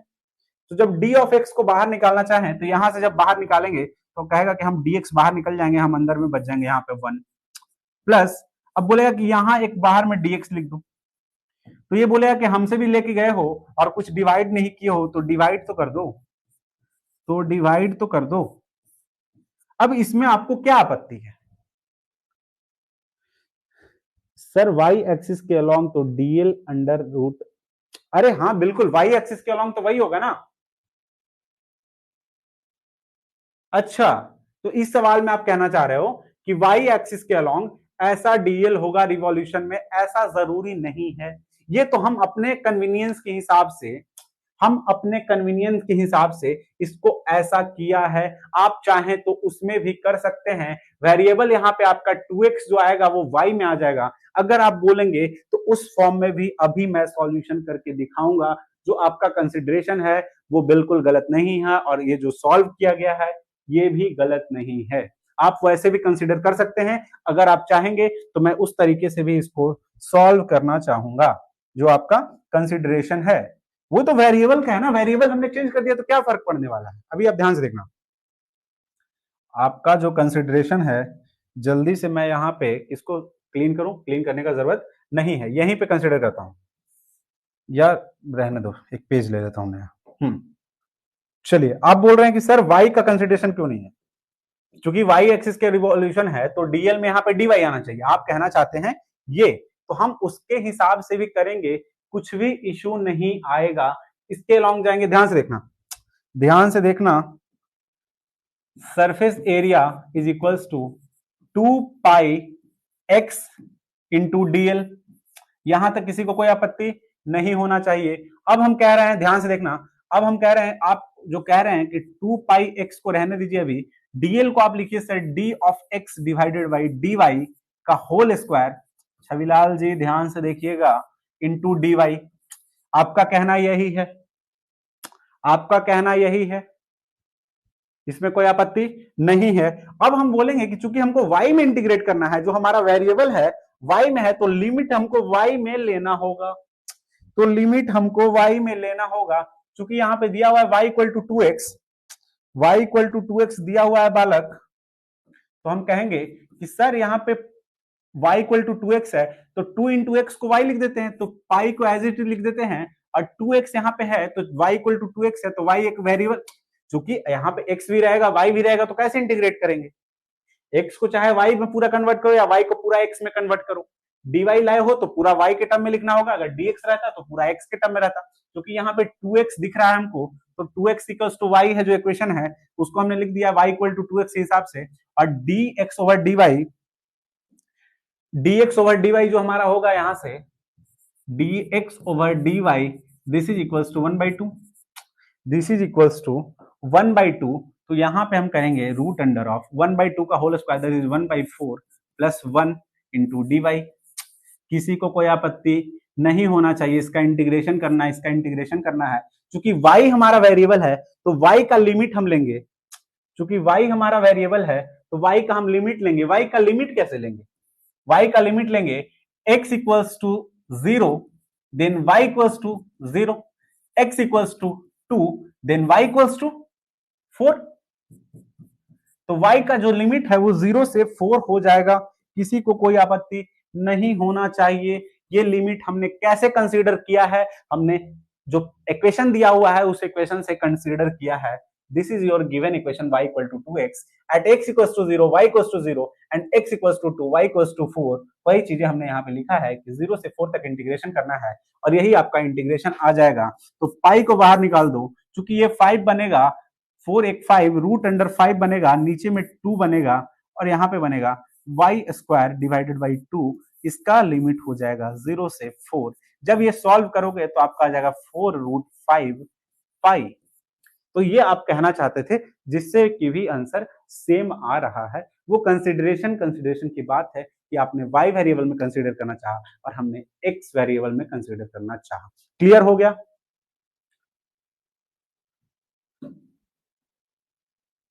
वन 180/4। छविलाल आपका क्लियर हुआ? ये रवि क्या कहना चाह रहे हैं ये समझ नहीं पा रहा हूं। कोई दिक्कत तो नहीं था पहले वाले में? ये कंसिडरेशन का बात है कि आप डीएल को आप एक ऐसा वो माइंडसेट बना लिए हो कि वाई एक्सिस के अलोंग रिवॉल्यूशन है तो डीएक्स आना चाहिए। ऐसा जरूरी नहीं है, आ सकता है हमारा कुछ भी। ये तो वेरिएबल चेंज करने की बात है ना। यहाँ पे अगर हमको लिमिट क्लियरली दिख रहा है, वेरिएबल में रिलेशन डायरेक्टली दिख रहा है, तो हम कैसे भी इंटीग्रेट कर सकते हैं। ये क्लियर हो गया? रवि कुछ बोल रहे हैं, wait sir, limit 0 to 180/4 1 by,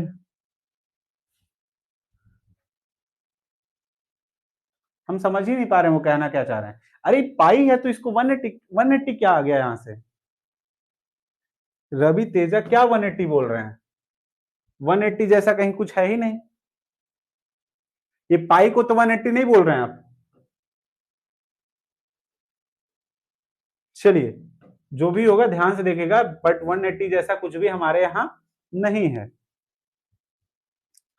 Ravi Teja ji आप एक बार फिर से कमेंट करिएगा कि आप कहना क्या चाह रहे हैं। चलिए इंटीग्रेट नेक्स्ट प्रॉब्लम। तो हाँ, तो ये हमने यहां पे सॉल्व कर लिया है।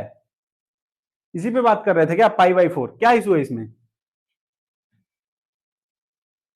वेट सर, लिमिट 0 to 180/4 है तो 1। अरे मेरे ब्रदर, ये पाई/4 क्या होता है? 45 डिग्री साइन 45 क्या होता है? 1/√2। इंटीग्रेट किया, ये 1/√2 क्या? अच्छा, ये इंटीग्रेशन यहाँ पे वेरिएबल चेंज हुआ है ना। यहाँ पे मेरे भाई यहाँ पे वेरिएबल चेंज हुआ है। यहाँ पे साइन का इंटीग्रेशन जब था साइन एक्स के फॉर्म में रहेगा, वही चीजों तो इस केस में भी हुआ। इसमें भी तो वही हुआ कि जब y के टर्म में इंटीग्रेट किया तो लिमिट आया 0 से 4, जब x के टर्म में इंटीग्रेट कर रहा था तो लिमिट आ रहा था 0 से 2। तो वही चीज आ रहा है कि जब आपका इंटीग्रेशन का वेरिएबल चेंज होगा, साइन एक्स से बदल करके हमने टी में लिख दिया है, तो हमको लिमिट चेंज करना होगा ना। कि जब x 0 था तो t 0 था, x इक्वल टू पाई/4 होगा तो t क्या होगा? यहां से आपको लिमिट चेक करना है। ये लिमिट चेंज करने आना चाहिए यहां से। ये चूंकि ये साइन में तो हम इंटीग्रेट ही नहीं किया ना। अगर डायरेक्ट साइन में इंटीग्रेट करने कहते हो तो डायरेक्ट कर देंगे, यहीं से हो जाएगा। डायरेक्ट साइन में इंटीग्रेट करने कहते हो आप तो यहां पे लिख देंगे ना ऐसे, इंटीग्रेशन 0 से पाई/4। ध्यान देना Ravi ji, sine cube x cos x dx, ये इंटीग्रेट करना था। ये हमको दिख रहा है कि इसका फंक्शन का डिफरेंशिएशन है, डायरेक्ट लिख देंगे साइन का power 4 divided by 4 of x. Limit लगा दो 0 से पाई/4, कोई आपत्ति नहीं है, आंसर आ जाएगा 1/16। लो आप भी खुश हो जाओ। बट ये चीज डायरेक्टली अगर ऐसे लिख रहे हो तो लोगों को पता भी तो होना चाहिए कि cos ऑफ x dx जो है वो फंक्शन साइन का डिफरेंशिएशन है। तो वो चीजें हमने यहाँ पे समझाने के लिए लिखा कि t हमने कंसिडर किया और dt दिखा हमको और इस तरीके से सब्स्टिट्यूट करके आंसर लाया है। क्लियर है? चलिए ओके, ये चीजें समझ में आ गई ना कि वेरिएबल चेंज होने के लिए जब हमने वेरिएबल को चेंज किया यहाँ पे तो लिमिट हमारा चेंज हुआ है। अगर नहीं चेंज करना चाहते हैं तो देख लीजिए, ये तरीका है। अगर डायरेक्टली आपको आता है तो अच्छी बात। चलिए ये क्वेश्चन हमने सॉल्व कर लिया। अब काफी समय हो रहा है तो आगे भी सवाल सॉल्व करते रहेंगे। चलिए ठीक है, ये सवाल है गेट 2024 का। देख रहे हैं हम कैसा कैसा सवाल आ रहा है। ये सवाल है, कुछ करना ही नहीं था, डायरेक्ट देखो ये बताओ, ये 2 मार्क्स का सवाल है, गेट में 2 मार्क्स मिल गए इतने में।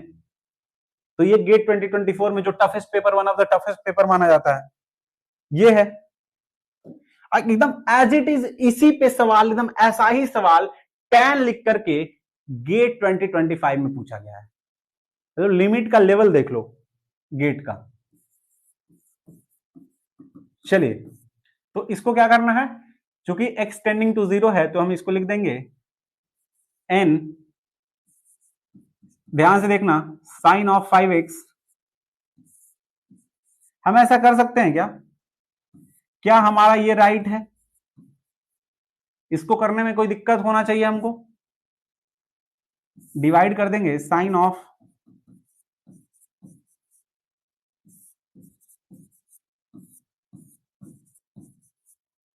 कोई कुछ बोलेगा क्या इस पे, कोई कुछ टिप्पणी करना चाहेगा, कुछ भी नहीं टिप्पणी करना कर पाएगा, अगर करना चाहेगा फिर भी नहीं कर पाएगा, क्योंकि हमने यहाँ पे 5x से डिवाइड किया, यहाँ 5x से मल्टीप्लाई किया, 3x से डिवाइड किया, 3x से मल्टीप्लाई किया। और ये जो है एज, यहाँ पे हम बोल सकते हैं कि as limit x tending to 0,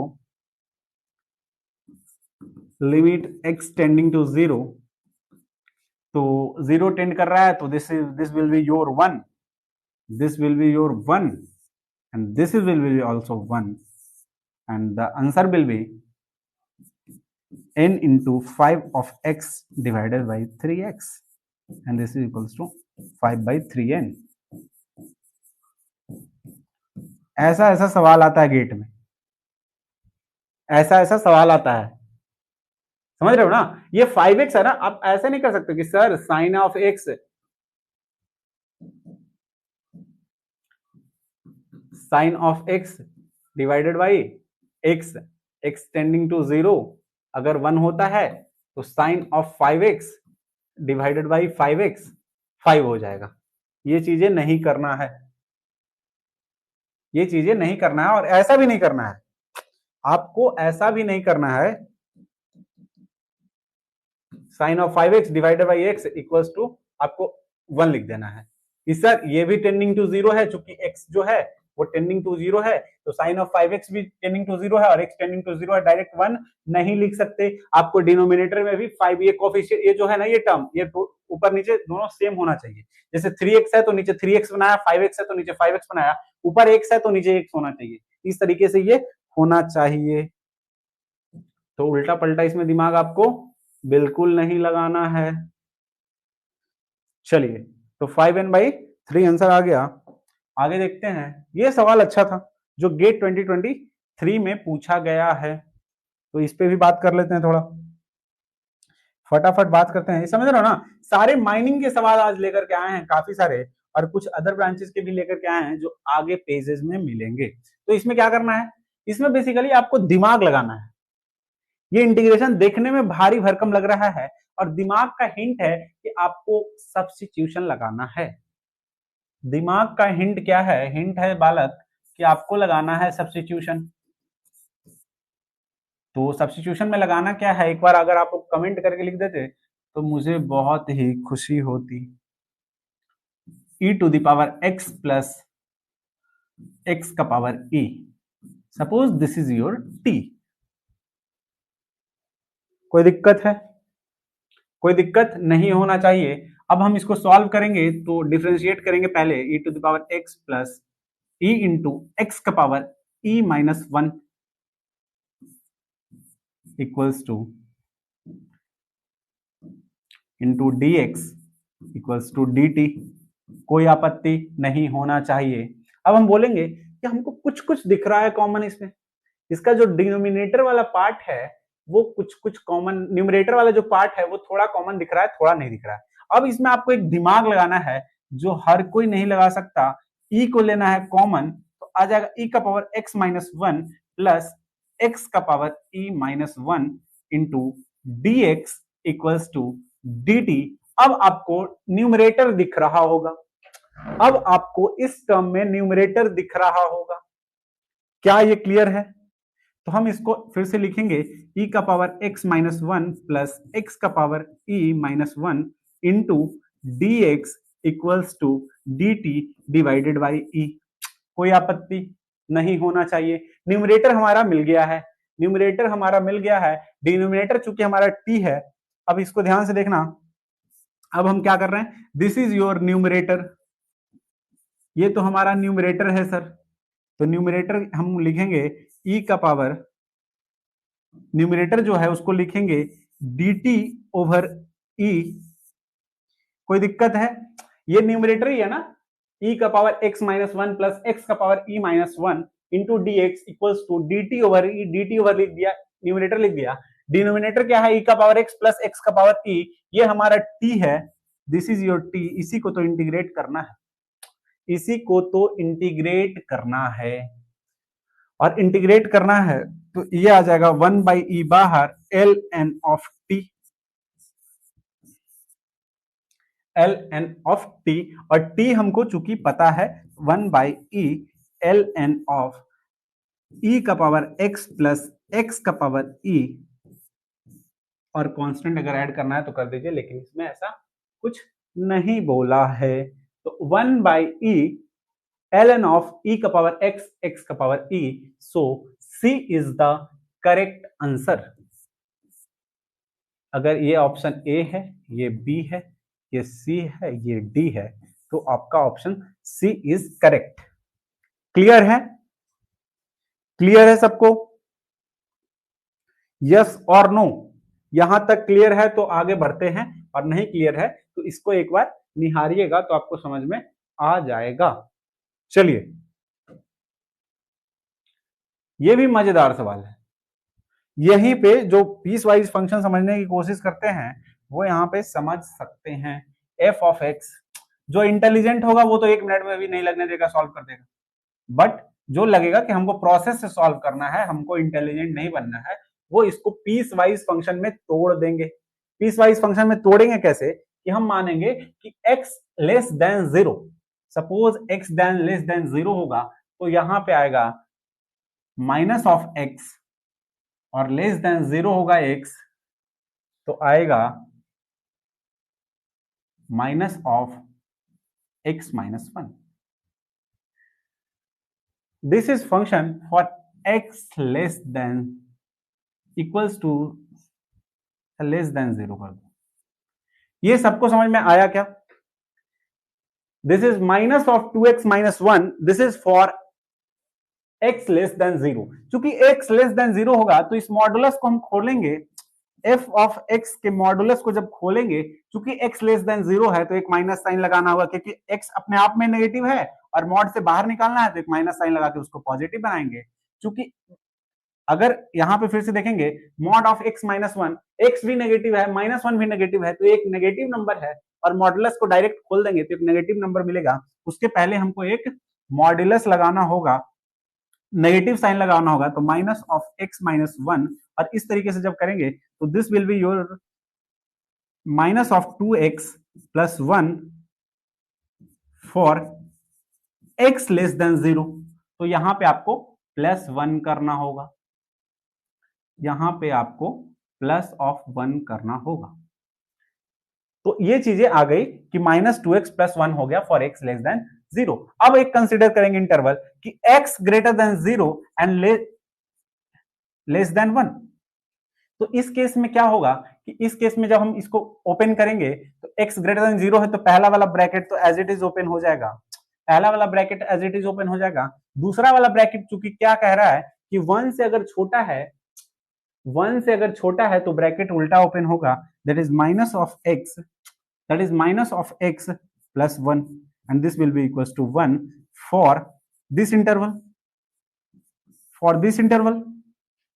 तो यहां से हम कह सकते हैं कि this is your one for x is greater than equals to zero and less than one, या लेस देन इक्वल्स टू भी कर सकते हो, कहीं भी इक्वल्स टू लगा सकते हो बाउंड्री पे, कोई दिक्कत नहीं आएगा। अब बोलेंगे x ग्रेटर देन वन के लिए बात करेंगे तो x ग्रेटर देन वन के लिए आ जाएगा x plus x minus one, this is equal to 2x minus one, for x greater than 1, that is 2 of x minus 1 for x greater than 1। तो ये आपका पीस वाइज फंक्शन आ गया, जो कि यहां से हमने देख लिया कि मॉडुलस कैसे ओपन करना है। क्योंकि x लेस देन 0 होगा तो इसको माइनस के साइड ओपन करेंगे। अगर x इक्वल्स टू 1 से 0 से 1 के बीच में करना है, 0 से 1 के बीच करना है, तो 0 से बड़ा है तो ये तो एज इट इज x लिखा जाएगा। बट इसको जब ओपन करेंगे तो माइनस साइन लगाएंगे, क्योंकि 0 से 1 के बीच में ये हमेशा नेगेटिव होगा। x का वैल्यू अगर 0 से 1 के बीच में लाई करता है, x का वैल्यू अगर 0 से 1 के बीच में लाई करता है, then this value will be always negative if modulus is removed। अगर मॉडुलस को रिमूव करने के लिए इसीलिए आगे में हम माइनस साइन लगाएंगे। चलिए, तो यहां तक क्लियर हो गया, ये हमारा फंक्शन आ गया। अब इसको ग्राफ कर लो, इसको अब ग्राफ कर लो। और दूसरी चीज है, जो इंटेलिजेंट होगा वो डायरेक्ट ग्राफ बनाएगा, डायरेक्ट ग्राफ बनाएगा, बोलेगा कि x इक्वल टू 0 पे मॉडुलस है सर, तो x इक्वल टू 0, अगर x इक्वल टू 0 डालेंगे तो यहाँ पे इसका जब मॉडुलस डालेंगे तो x इक्वल टू 0 पे मॉडुलस है तो बनाएगा कुछ ऐसा, x इक्वल टू 1 पे मॉडुलस ऐसा बनाएगा, ये इसका ग्राफ हो जाएगा। इससे भी आप चेक कर सकते हो कि 0 से ये this is your 1, this is your 0, तो 0 से 1 के बीच में 1 है, ये वैल्यू 1 है, y का ये वैल्यू 1 है, और इस तरीके से ये वाला ग्राफ है 2x माइनस 1 और ये वाला ग्राफ है माइनस ऑफ 2x प्लस 1। एक ग्राफ ऐसा है, एक ग्राफ ऐसा है, तो ये इसका ग्राफ है। और इस ग्राफ से आप क्लियरली बोल सकते हो, आप डायरेक्ट, जो इंटेलिजेंट होगा डायरेक्ट ग्राफ बना देगा इसको देखते हुए कि मॉड 0 पे यहाँ पे एक होगा मॉड, एक यहाँ पे होगा, और वैल्यू चेक कर लेगा कि ये वाला जो कांस्टेंट वाला वैल्यू है वो 0 और 1 के बीच में होगा। और जब ऐसा ग्राफ आप इससे तो बना ही लोगे ना आप, इससे आप, अब देखो इसको हम थोड़ा सा इसको मॉडिफाई कर देते हैं, दिस इज योर, अरे यार ये क्या हो गया, इसको हम मॉडिफाई कर देते हैं, this is your minus of 2x plus 1। तो ये ग्राफ बनाओगे तो ऐसा बन जाएगा। और उसके बाद इसमें क्लियरली बोल सकते हो कि यहाँ पे और यहाँ पे फंक्शन डिफरेंशिएबल नहीं है, फंक्शन पूरा कंटिन्यूअस है, ऑल रियल, हाँ क्या है, the function is continuous and non differentiable at 1 point, जो कि गलत है, 2 पॉइंट पे नॉन डिफरेंशिएबल है। The function is continuous but not differentiable at 2 point, so this is the correct answer, option B is correct answer. ये है, ये B है, ये सी है, ये डी है, बी इज करेक्ट आंसर। ये गेट 2023 का 2 मार्क्स का क्वेश्चन था। क्लियर है, क्लियर है यहां तक? किसी को कुछ भी दिक्कत है तो कमेंट करके पूछ सकता है। चलिए आगे देखते हैं, द एरिया बाउंडेड, ये गेट 2025 का सवाल है, 2 मार्क्स क्वेश्चन। गेट 2025 में 2 मार्क्स के क्वेश्चन में ये पूछे जा चुके हैं। अब मैं थक चुका हूं तो मुझे लगता है क्लास को अब जल्द से एंड करना चाहिए।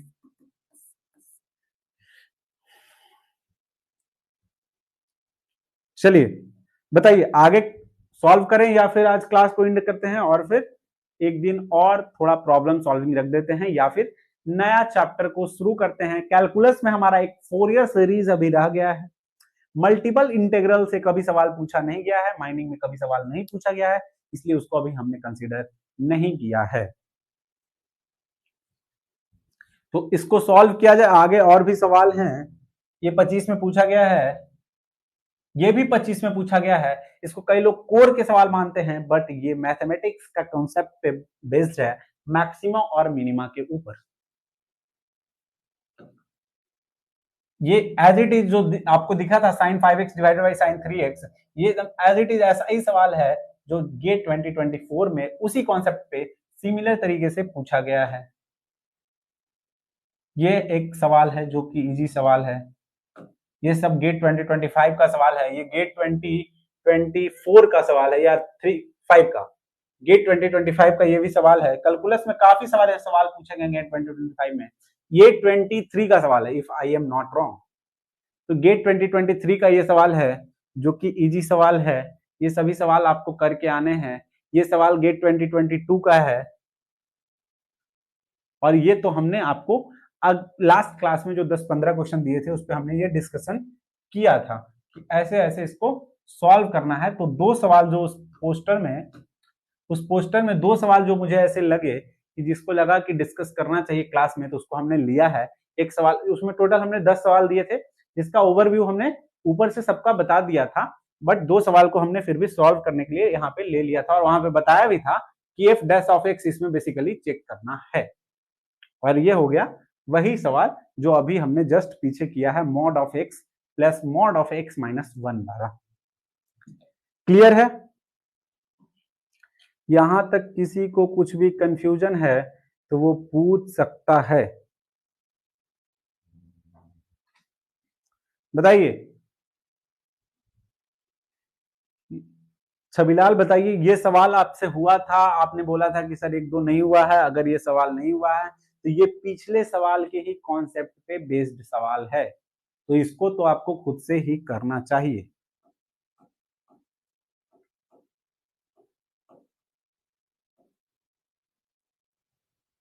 चलिए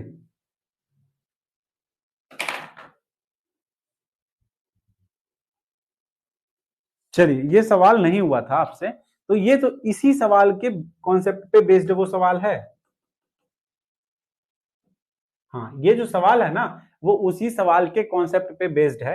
अगर आप चाहेंगे इसको पीस वाइज फंक्शन लिख लीजिए, एफ ऑफ एक्स या वाई इक्वल्स टू, अगर वाई दिया है तो वाई मान लेंगे ना सीधा, वाई इक्वल्स टू आप लिख सकते हैं। इसको कैसे लिख सकते हैं? इसको आप लिख सकते हैं y इक्वल्स टू, डायरेक्ट पहले इसको ओपन करेंगे तो फॉर ये क्या होगा, अगर डायरेक्ट ओपन कर देते हैं तो कितना पे, ये 2/3 पे। अगर x का वैल्यू 2/3 से कम होगा या ज्यादा होगा,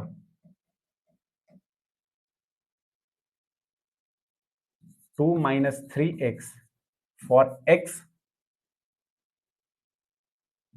ग्रेटर देन नहीं, x less than equals to 2/3 and 3x minus 2 for x greater than 2/3।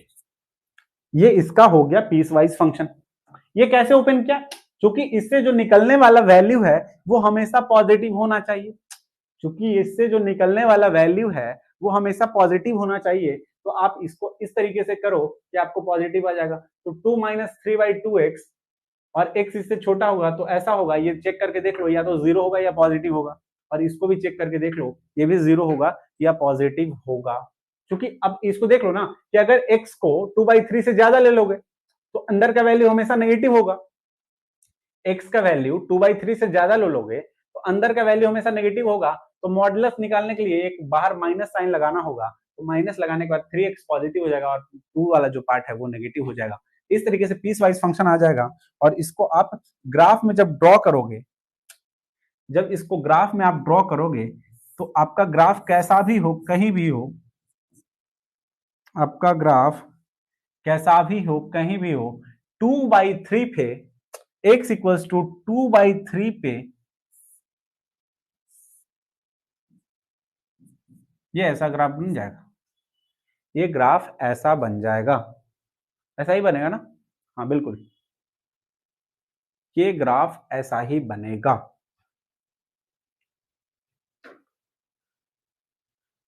समझ में आ गया क्या?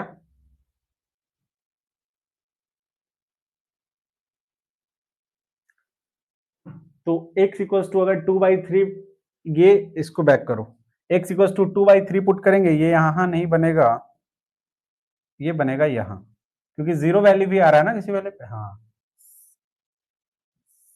This is your graph. x equals to जब 2/3 पुट करेंगे, 2/3 तो 2 माइनस 2 0 हो जाएगा, ये this is your 2/3, this is your 2/3, x equals to 2/3। तो ऐसा ग्राफ बन जाएगा। क्लियर हो गया? तो यहां से आपको दिख रहा है कि फंक्शन जो है वो कंटिन्यूअस है बट एक पॉइंट पे डिफरेंशिएबल नहीं है। तो is continuous for all x belongs to an different, नहीं, पहला गलत हो गया। Continuous for all x belongs to different x, not 3/2, it's 2/3। तो जो आंसर है वो आपका आंसर है सी, continuous for all x belongs to R and not differentiable, and differentiable for all x belongs to R except x equals to 2/3। ये जो corner point है वहां पे डिफरेंशिएबल नहीं होगा। मॉड का पीस वाइज फंक्शन नहीं बनता, नहीं हुआ था सर, मॉड का पीस वाइज फंक्शन नहीं बनता। अरे मेरे भाई, ये मॉडुलस फंक्शन है, इसको हमने पीस वाइज फंक्शन में ब्रेक कर दिया। ये फंक्शन और इस फंक्शन में तुम्हें क्या अंतर दिख रहा है? अगर मैं बोलूं कि इसका ग्राफ बनाओ और फिर बोलूं कि इसका ग्राफ बनाओ, आप क्या अंतर बताओगे दोनों में? मॉडुलस का पीस वाइज फंक्शन नहीं होता। हम समझ ही नहीं पा रहे आप कहना क्या चाह रहे हैं। ये जो आपका जो मॉडुलस फंक्शन दिया हुआ है 2 - 3x का मॉड, और यहां पे उसी को हमने इस तरीके से लिखा है, क्या ये पीस वाइज फंक्शन नहीं है? पीस वाइज फंक्शन का मतलब ऐसा भी नहीं होता है कि आपको एक पीस यहाँ है, एक अगर एक यहाँ पे ऐसे है और एक यहाँ पे है, तो ऐसा नहीं है कि सिर्फ वही पीस वाइज फंक्शन है, सिर्फ वही पीस वाइज फंक्शन है, ऐसा नहीं होता है। छविलाल, आप क्या बोल रहे हैं एक बार और आप क्लियर करिए कि पीस वाइज फंक्शन का मतलब यही नहीं होता है कि ये अगर ग्राफ है, कोऑर्डिनेट सिस्टम है, तो ये आपका एक है, एक ये है, सिर्फ ऐसा पीस वाइज फंक्शन नहीं होता है कि यहाँ हो गया यहाँ हो गया, ये भी पीस वाइज फंक्शन है, ये भी पीस वाइज फंक्शन है, हम इसको बोल सकते हैं this is also piecewise function. इसको हमने पीस वाइज में डिवाइड अलग अलग कर दिया कि इस डोमेन के लिए ये है, इस डोमेन के लिए ये है। वो अगर कॉर्नर पॉइंट दोनों का कोइंसाइड कर गया, इससे हमारा क्या लेना देना? हम तो कह रहे हैं ना, for this domain function is this, for this domain function is this. आप कहेंगे for something domain function is this and for some other domain function is this. यही चीज तो है। और अगर ये दोनों वो दोनों अगर कॉन्साइड कर जाए कॉर्नर पॉइंट, इसमें हमारी क्या गलती? हम तो कह सकते हैं ना कि ये पीस वाइज फंक्शन है, हमको इसमें अलग अलग तरीके से यहाँ पे लिख के दिखाया है। क्लियर हो गया होगा। जो भी कंफ्यूजन है वो मॉड्स, अच्छा बनाना नहीं आता यार, ये क्या हो गया? हम तो बिना मतलब का इतना भाषण दे दिए। और ये कमेंट सेक्शन, कमेंट जो इसका है ना बहुत खराब है, लग रहा है सिस्टम बहुत लेट होता है कमेंट आने में। तो इसको बनाने में क्या है ना, इसको कुछ ध्यान ही नहीं देना है, आपको सिंपल करना है कि इसको खोलने पे ऐसा होना चाहिए और ऐसा डोमेन रखना है कि इसमें आप देखो, मैं इस तरीके से इसको ओपन किया हूं कि इसमें इस रेंज में ये हमेशा पॉजिटिव या जीरो है, इस रेंज में, इस डोमेन में, इस डोमेन में ये फंक्शन हमेशा पॉजिटिव या जीरो है, इस डोमेन में ये हमेशा पॉजिटिव या जीरो है। तो आपको करना है कुछ ऐसा कि 2 - 3x है। ओपन हमें भी नहीं करना आता, लेकिन हमने तो इसको ऐसे दिमाग सर्च करना है ना इसको कि ये हमेशा पॉजिटिव होना चाहिए। तो पॉजिटिव, अब इसको हम बोलेंगे सीधा कि 2 - 3x है। जब x हमें अगर 2/3 से कम लेंगे, ध्यान से देखना, अगर हम इसको डायरेक्ट ओपन कर देते हैं 2 - 3x, इसको बोलते हैं ग्रेटर देन इक्वल टू 0, इसको हम डायरेक्ट ओपन कर दिया, हमने बोला कि ये हमारा हमेशा पॉजिटिव है, तो हम इसको डायरेक्ट ओपन कर सकते हैं। अगर ये पॉजिटिव या जीरो वैल्यू है अंदर वाला, तो हम इसको डायरेक्ट ओपन करके ऐसा लिख सकते हैं। तो यहां से हमारा आ जाएगा x is less than equal to 2/3। Open करने आया क्या मॉड? मॉड ओपन करने आया क्या? अब इसको बोलेंगे, ये हमने बोला कि इसका अंदर वाला पार्ट पॉजिटिव, 1 में क्या है, सपोज पॉजिटिव, मॉड के अंदर वाला जो भाग है उसको हमने पॉजिटिव माना है। अब बोल रहे हैं दूसरा, सपोज मॉड के अंदर वाला जो भाग है, मॉड के जो अंदर वाला भाग है उसको नेगेटिव मानना है, सपोज नेगेटिव। जब मॉड के अंदर वाला भाग नेगेटिव है, मॉडुलस को रिमूव कर रहे हैं तो नेगेटिव रह जाएगा ना, इसलिए आगे में एक माइनस साइन लगाना पड़ता है, माइनस ऑफ 2 - 3x।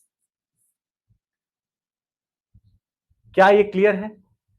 अब ये पॉजिटिव होगा या तो फिर आप छोड़ो, हमने क्या सपोज किया कि मॉडुलस के अंदर वाला नेगेटिव है, तो 2 - 3x मॉडुलस के अंदर वाला नेगेटिव है, लेस देन 0। अब इसको सॉल्व करोगे तो यहां से आ जाएगा 3x उधर जाएगा, x इज ग्रेटर देन 3/2। तो x इज ग्रेटर देन 3/2 के लिए ये नेगेटिव होता है, इसके अंदर का पार्ट नेगेटिव होता है, तो हम कह सकते हैं कि हम मॉडुलस में जब मॉड करके निकालेंगे, चूंकि ये नेगेटिव है इस रेंज के लिए, तो हम कह सकते हैं कि इसको पॉजिटिव करने के लिए हम एक माइनस साइन लगाएंगे, तो minus of 2 - 3x for x greater then 3/2। और चूंकि इसको हम जो लिखेंगे तो ये आ जाएगा 3x - 2, ये आएगा x ग्रेटर देन 3/2 के लिए, जो कि यहाँ पे लिखा हुआ है। अरे ये 3/2 2/3 है, सॉरी, ये जो भी है यहाँ पे हमने गलती लिख दिया है, ये 2/3 है, दिस इज योर 2/3, और ये सभी 2/3 हैं। ये सभी जो बालक हैं,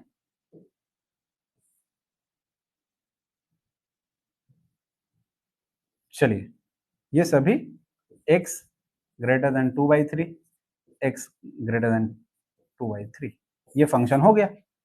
तो कैसे खोलना है, आपको सपोज करना है कि अंदर वाला पॉजिटिव है, डायरेक्ट खोल के कंडीशन निकाल लेना है, फिर मानना है कि वो नेगेटिव है, तो नेगेटिव करके उसको कंडीशन निकालना है कि नेगेटिव वाले के लिए ये वाला डोमेन होगा, तो नेगेटिव वाले के लिए डोमेन अगर ऐसा है और ये अंदर में फंक्शन नेगेटिव है, तो उसको पॉजिटिव करने के लिए एक माइनस साइन लगाना होगा, उसको पॉजिटिव करने के लिए एक माइनस साइन लगाना होगा। क्या आपको मॉडुलस से पीस वाइज फंक्शन बनाना आ गया?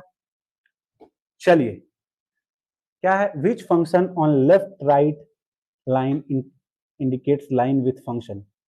क्या बोल रहे हो भाई, भारी भरकम इंग्लिश मुझे समझ में नहीं आ रहा है रवि जी, आप थोड़ा हिंदी में समझाइए। Which function on left right line, समझ ही नहीं पा रहा हूं, इंडिकेट लाइंस विथ फंक्शन। क्या पीछे का कुछ सवाल था क्या? आप क्या बोलना चाह रहे हैं, एक बार और फिर से आप क्लियर कर दीजिए कि आप क्या बोलना चाह रहे हैं। Which function on left right line indicates line with function. अच्छा, ओ हो, समझ गया। ये आपको डोमेन से क्लियर नहीं हो रहा है क्या आपको रवि जी? ये 2/3 है, ये 2/3 ग्रेटर देन के लिए है, तो ये दिस इज योर 3x-2, और आप स्लोप से भी देख पा रहे होगे 2 - 3x। ये डोमेन से तो आपको चेक करना चाहिए ना कि 2/3 से बड़ा के लिए ये लिख रहे हैं हम। इधर क्या है, डोमेन 2/3 से बड़ा है ना x, इधर x ग्रेटर देन 2/3 इधर बड़ा है, 2/3 से इधर छोटा है, तो इधर ये हो गया। दूसरी चीज आप स्लोप से देख सकते हो, स्लोप यहाँ पे 3 है तो पॉजिटिव स्लोप है, यहाँ पे स्लोप -3 है, नेगेटिव स्लोप है। ग्राफ पे फंक्शन सर, ये क्लियर हो गया ना, ये तो बेसिक है, आपको स्लोप वगैरह का थोड़ा बहुत बेसिक ज्ञान होना चाहिए कि अगर लाइन अगर एक्स एक्सिस से अगर 90 डिग्री से कम एंगल बना रहा है तो पॉजिटिव स्लोप होता है, यहाँ पे 3 दिख रहा है इस केस में, तो ये फंक्शन हो गया 3x-2, जो कि ये वाला फंक्शन ये हो गया और ये वाला फंक्शन ये हो गया। तो ये आपको क्लियर हो गया होगा। चलिए चलिए, थैंक यू थैंक यू। तो यहां तक हमने इस सवाल को भी कर लिया है, जो कि पिछले क्लास का वन ऑफ द टफेस्ट सवाल था।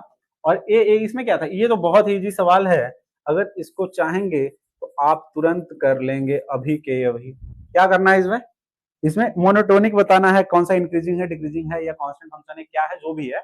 तो इसमें करना है बेसिकली ये कि आपको एफ डैश ऑफ एक्स निकाल के चेक करना है।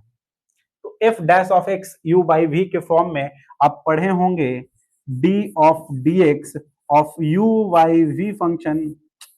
अगर आपको पता होगा तो ये आपने पढ़ा होगा कि पहले क्या करते हैं, v d u upon d x minus u d v upon d x divided by v square. यही कॉन्सेप्ट लगाना है, आपका सवाल हो जाएगा सॉल्व। तो इसको डिफरेंशिएट करेंगे, फंक्शन को हम डिफरेंशिएट करना चाहते हैं, हम लिखेंगे f dash of x is equals to, क्या कर रहे हैं, जो डिनोमिनेटर है उसको हम मल्टीप्लाई कर रहे हैं, लिख देंगे 1 प्लस ई का पावर एक्स। ये जो डिनोमिनेटर में जो था हमारा, उसको एज इट इज वी लिख देना है।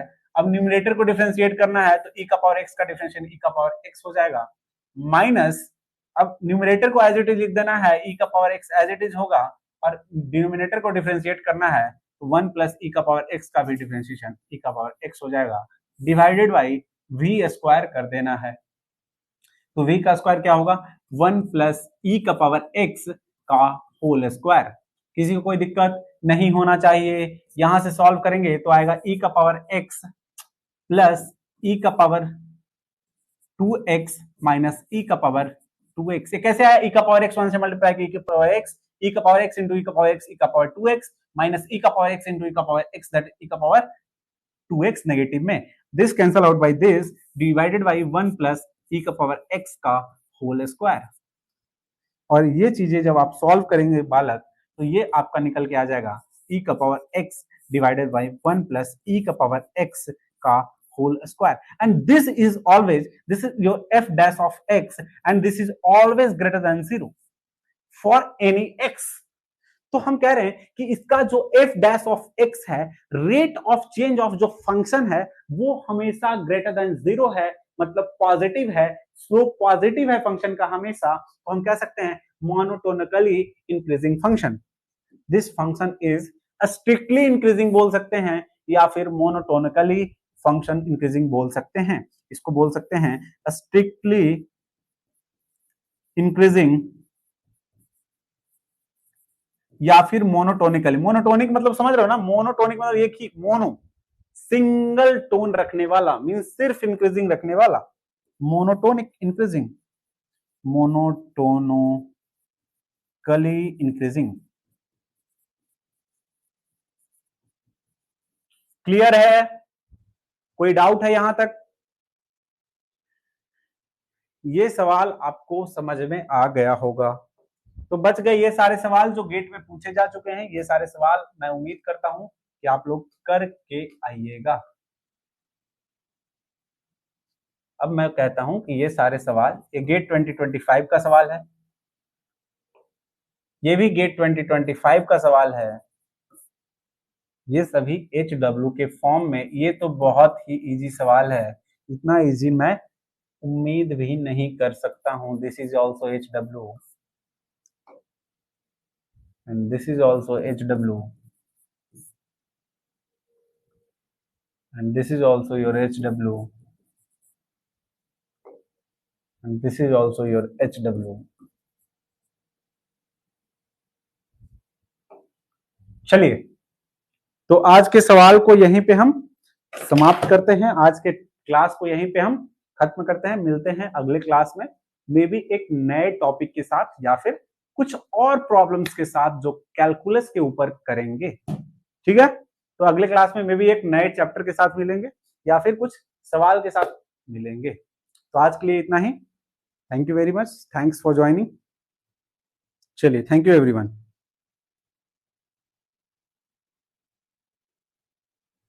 चलिए, thank you thank you thank you.